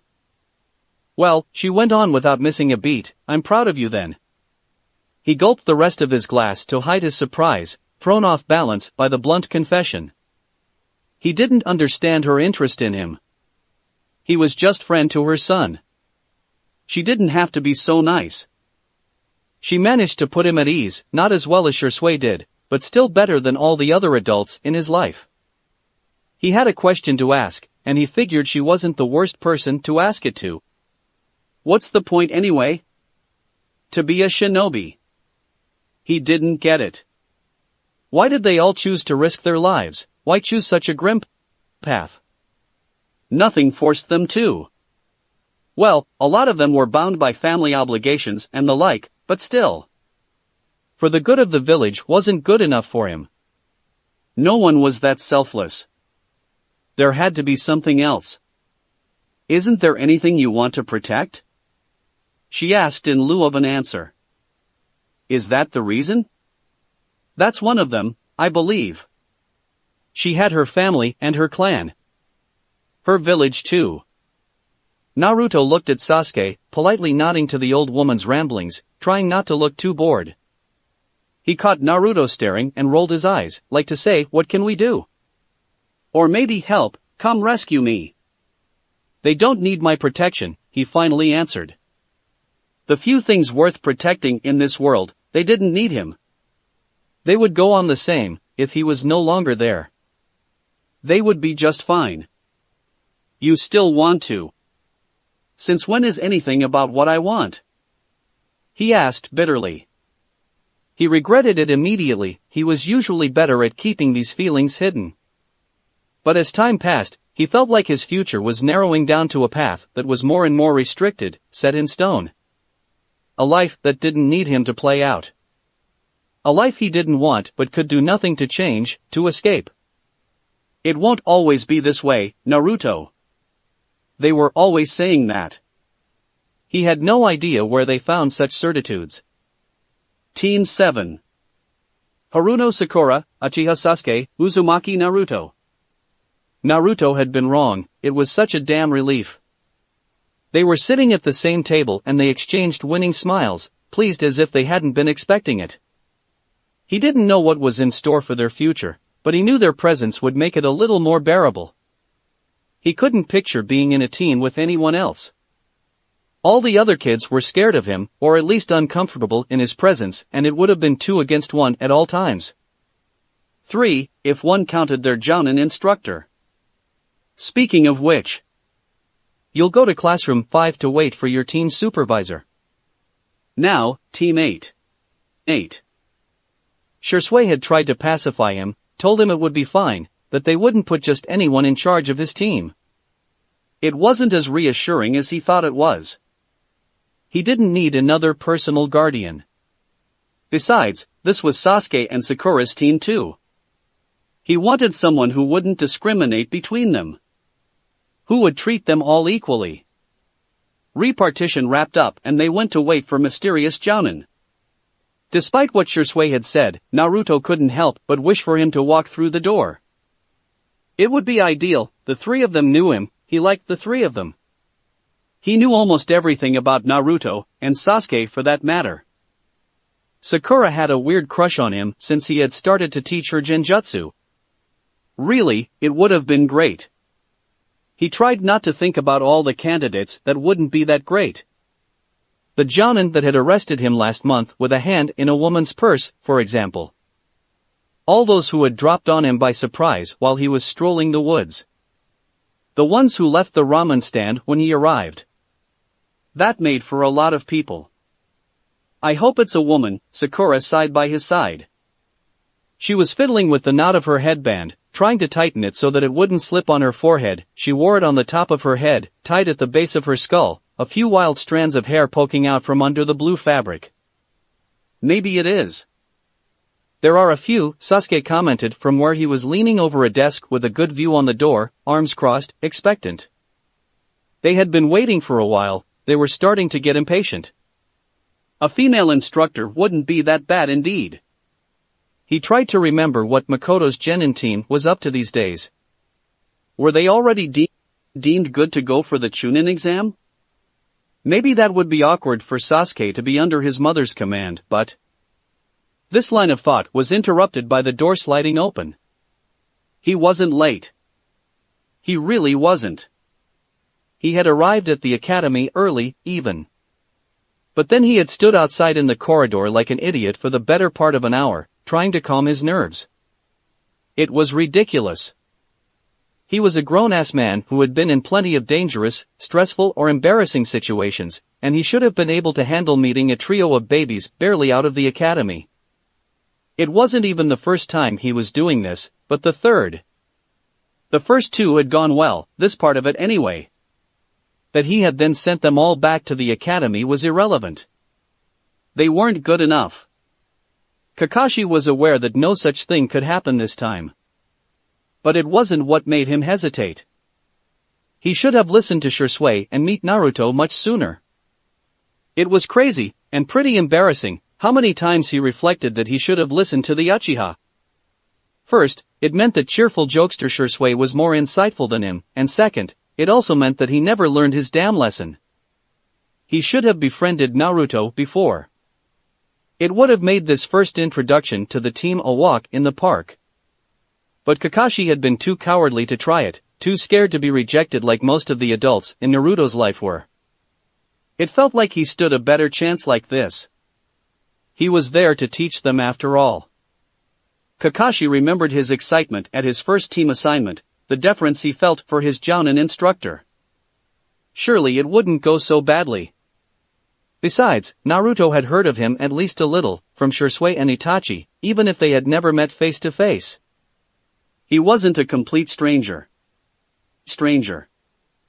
Kakashi knew Sasuke well already, and the girl, Sakura, seemed decent enough. She was friends with both of them for a start, which was a feat, according to what the Uchiha said. Resolute, Kakashi opened the door. "Hi, brats. That's about as far as he went." Naruto jumped to his feet as if he'd been shocked. The next second he was crouching on the desk in front of Sakura, kunai in hand and honest-to-God snarling, teeth bared and face folded into an angry scowl. "Naruto, what is it?" Sasuke exclaimed worriedly, as startled as the others. Naruto didn't pay him any mind, didn't shift his focus away from Kakashi, still barely a step into the room. "It's you," he growled. "I recognize you. Naruto. Naruto, it's all right. Calm down." The boy didn't budge, didn't relax in any way, didn't tear his eyes away from the Jounin still standing shell-shocked by the door. Sasuke could tell he had at least a fraction of Naruto's attention though. "Everything is fine. This is Hatake Kakashi. He's not a threat." He kept his voice as calm and cool as he could, kept close, but didn't touch, knowing it would only make Naruto jump. He was getting good at this. It happened from time to time, he had stopped questioning why exactly. Often when Sasuke activated his Sharingan without notice, but also if Naruto was surprised by someone he didn't know well, or, most memorably, when a jerk from a year above them had pranked them by locking them into the classroom. Naruto had freaked out, and been ready to demolish the door, the wall even, or jump out of the window. He listened to Sasuke's voice though. As long as Sasuke could reach him, they could make it through. "He means no harm, I promise. I know him. I know him." It worked a little, enough that Naruto stopped looking like he was going to implode, but not enough that he snapped out of it. Sakura was rigid and tense behind him, slowly sitting up from her chair, knowing not to make any sudden movements. "It's fine, Naruto," she insisted, soothing. "Everything is fine." Kakashi at least had the sense not to try to step in and make everything worse. Sasuke decided to up his arguments. He knew what worked on the other boy. He's a friend of Shursui. Shursui knows him. They're friends. Finally Naruto broke eye contact to turn toward Sasuke, wary but responsive at least. They are? Now really wasn't the time for Sasuke to get jealous of his cousin. Yes. You can ask him yourself when you see him. They were together in Umbu. Naruto grimaced. That was a misstep. Was that the issue then? Naruto wasn't fond of any type of authority, but he had it out for the special ops in particular. They were teammates, Sasuke amended. And they're good friends. Shursui trusts him. I promise. Naruto nodded and slowly uncoiled himself from his defensive position, standing up on the desk. He took the time to glare down at Kakashi from up there before jumping off to join them back on the ground, eyes never leaving the man. Do you know each other then? Sakura asked uneasily, Naruto's mistrust catching fast. I guess we don't, Naruto mumbled. He looked hurt and angry, and Sasuke had absolutely no idea why. Why did it have to be you? He asked, more to himself than the jounin, voice small and resigned, like he sounded when he wanted to convey his life can't help but suck philosophy. To be honest, I didn't think you would recognize me, Kakashi answered, disappointment and dejection visible even if almost all of his face was covered up. Instinct, Naruto shot back. There was something more behind it, something he was telling to the man only. Something that made Sasuke categorize Kakashi immediately under the label people in the known. The world was divided neatly between those who knew what was going on with Naruto and those who didn't. Sasuke was of the later, to his eternal frustration. And now, it looked like Kakashi was of the former, which only made it worse. Seeing how Naruto was glaring at him, Sasuke wasn't about to get jealous of that one though. Well, I was going to have us introduce ourselves a bit, but I guess we've done enough team bonding for today. I'll see you tomorrow at Training Ground 10, at 6 o'clock sharp. Don't be late. You don't be late. Sasuke screamed after him, but the man was already gone in a puff of smoke. He huffed, irritated. Let's go, Sakura sighed after a moment where they stared dumbly at the spot where their teacher used to be, trying to determine if it could have gone any worse than that. Naruto stayed stubbornly silent as was his habit. Sakura parted way with them after a silent exchange with Sasuke who promised to deliver their friend safely to Shursue's door. Naruto disappeared inside the house without a word, and Sasuke walked the rest of the way to his own house in bitter contemplation. Hello Sasuke. How did it go? His mother asked cheerfully from the living room where she was repairing some clothes roughed up by training. She must have seen something on his face, because she abandoned her work to join him in the entranceway, expression folded with concern. What happened? Sasuke was on the verge of telling her, eager to spill, to explain and vent his frustration and confusion. But he remembered then that she was as responsible of this as Kakashi was, as they all were. They knew why Naruto was this way, why he was even more solitary and antisocial than when they were younger, why he was frightened by the things that frightened him, that shouldn't have but did. They knew, and no one would tell Sasuke, no one would let him help. She would sympathize and tell him to hang in there, but she wouldn't actually help, and today Sasuke was especially resentful of that. Forget about it, he muttered, shoving past her. He walked straight to his room without heeding her calls and face crashed on his futon, that he hadn't taken the time to roll that morning. A prophetic instinct, probably. Shursui had had a good feeling about this, that had carried him through a boring but exhausting day of going through the academy's lesson materials. It was dramatic how much he had forgotten about all that. He was barely 10 years out of school and he couldn't remember a single thing. Usually, worrying about Naruto always monopolized a part of his brain, but he had managed to shrink it up this time because he had a good feeling about this. Being in a proper, recognized team with Sasuke and Sakura would do good to Naruto, who occasionally worried about their friendship affecting the two kids' place in the village, or about them suddenly abandoning him on the spot one day. He trusted Kakashi not to fuck it up. Shursui believed he was serious about this, like he rarely was. So Shursui had a good feeling about this, to the point where he was humming to himself as he made his way home, eager to hear what the boy had to say about his first day as a genin. All the lights were out, but the front door was unlocked. Shursui slipped inside, on guard but not overly worried. The house was booby-trapped to the best of Shisui and Naruto's combined abilities, and they had been copiously insulted enough time by Jounins and friends trying to drop by to know it was effective. "Naruto?" he called. The boy's shoes were in the entryway, but he got no answer. He was starting to worry for a different reason now. He got up the stairs, up to Naruto's bedroom. The door being closed all the way could mean only two things: either Naruto wasn't here, or something was very, very wrong. "Naruto?" he called again, knocking on the door. "Go away." Damn. Second option it was. "What's wrong?" I said go away. "Not until you tell me what's wrong." He expected to have much more bargaining to do and was surprised by the door sliding open only a second later, Naruto's sullen face appearing in the crack. "Is it true you know Kakashi?" Naruto asked, voice and expression blank.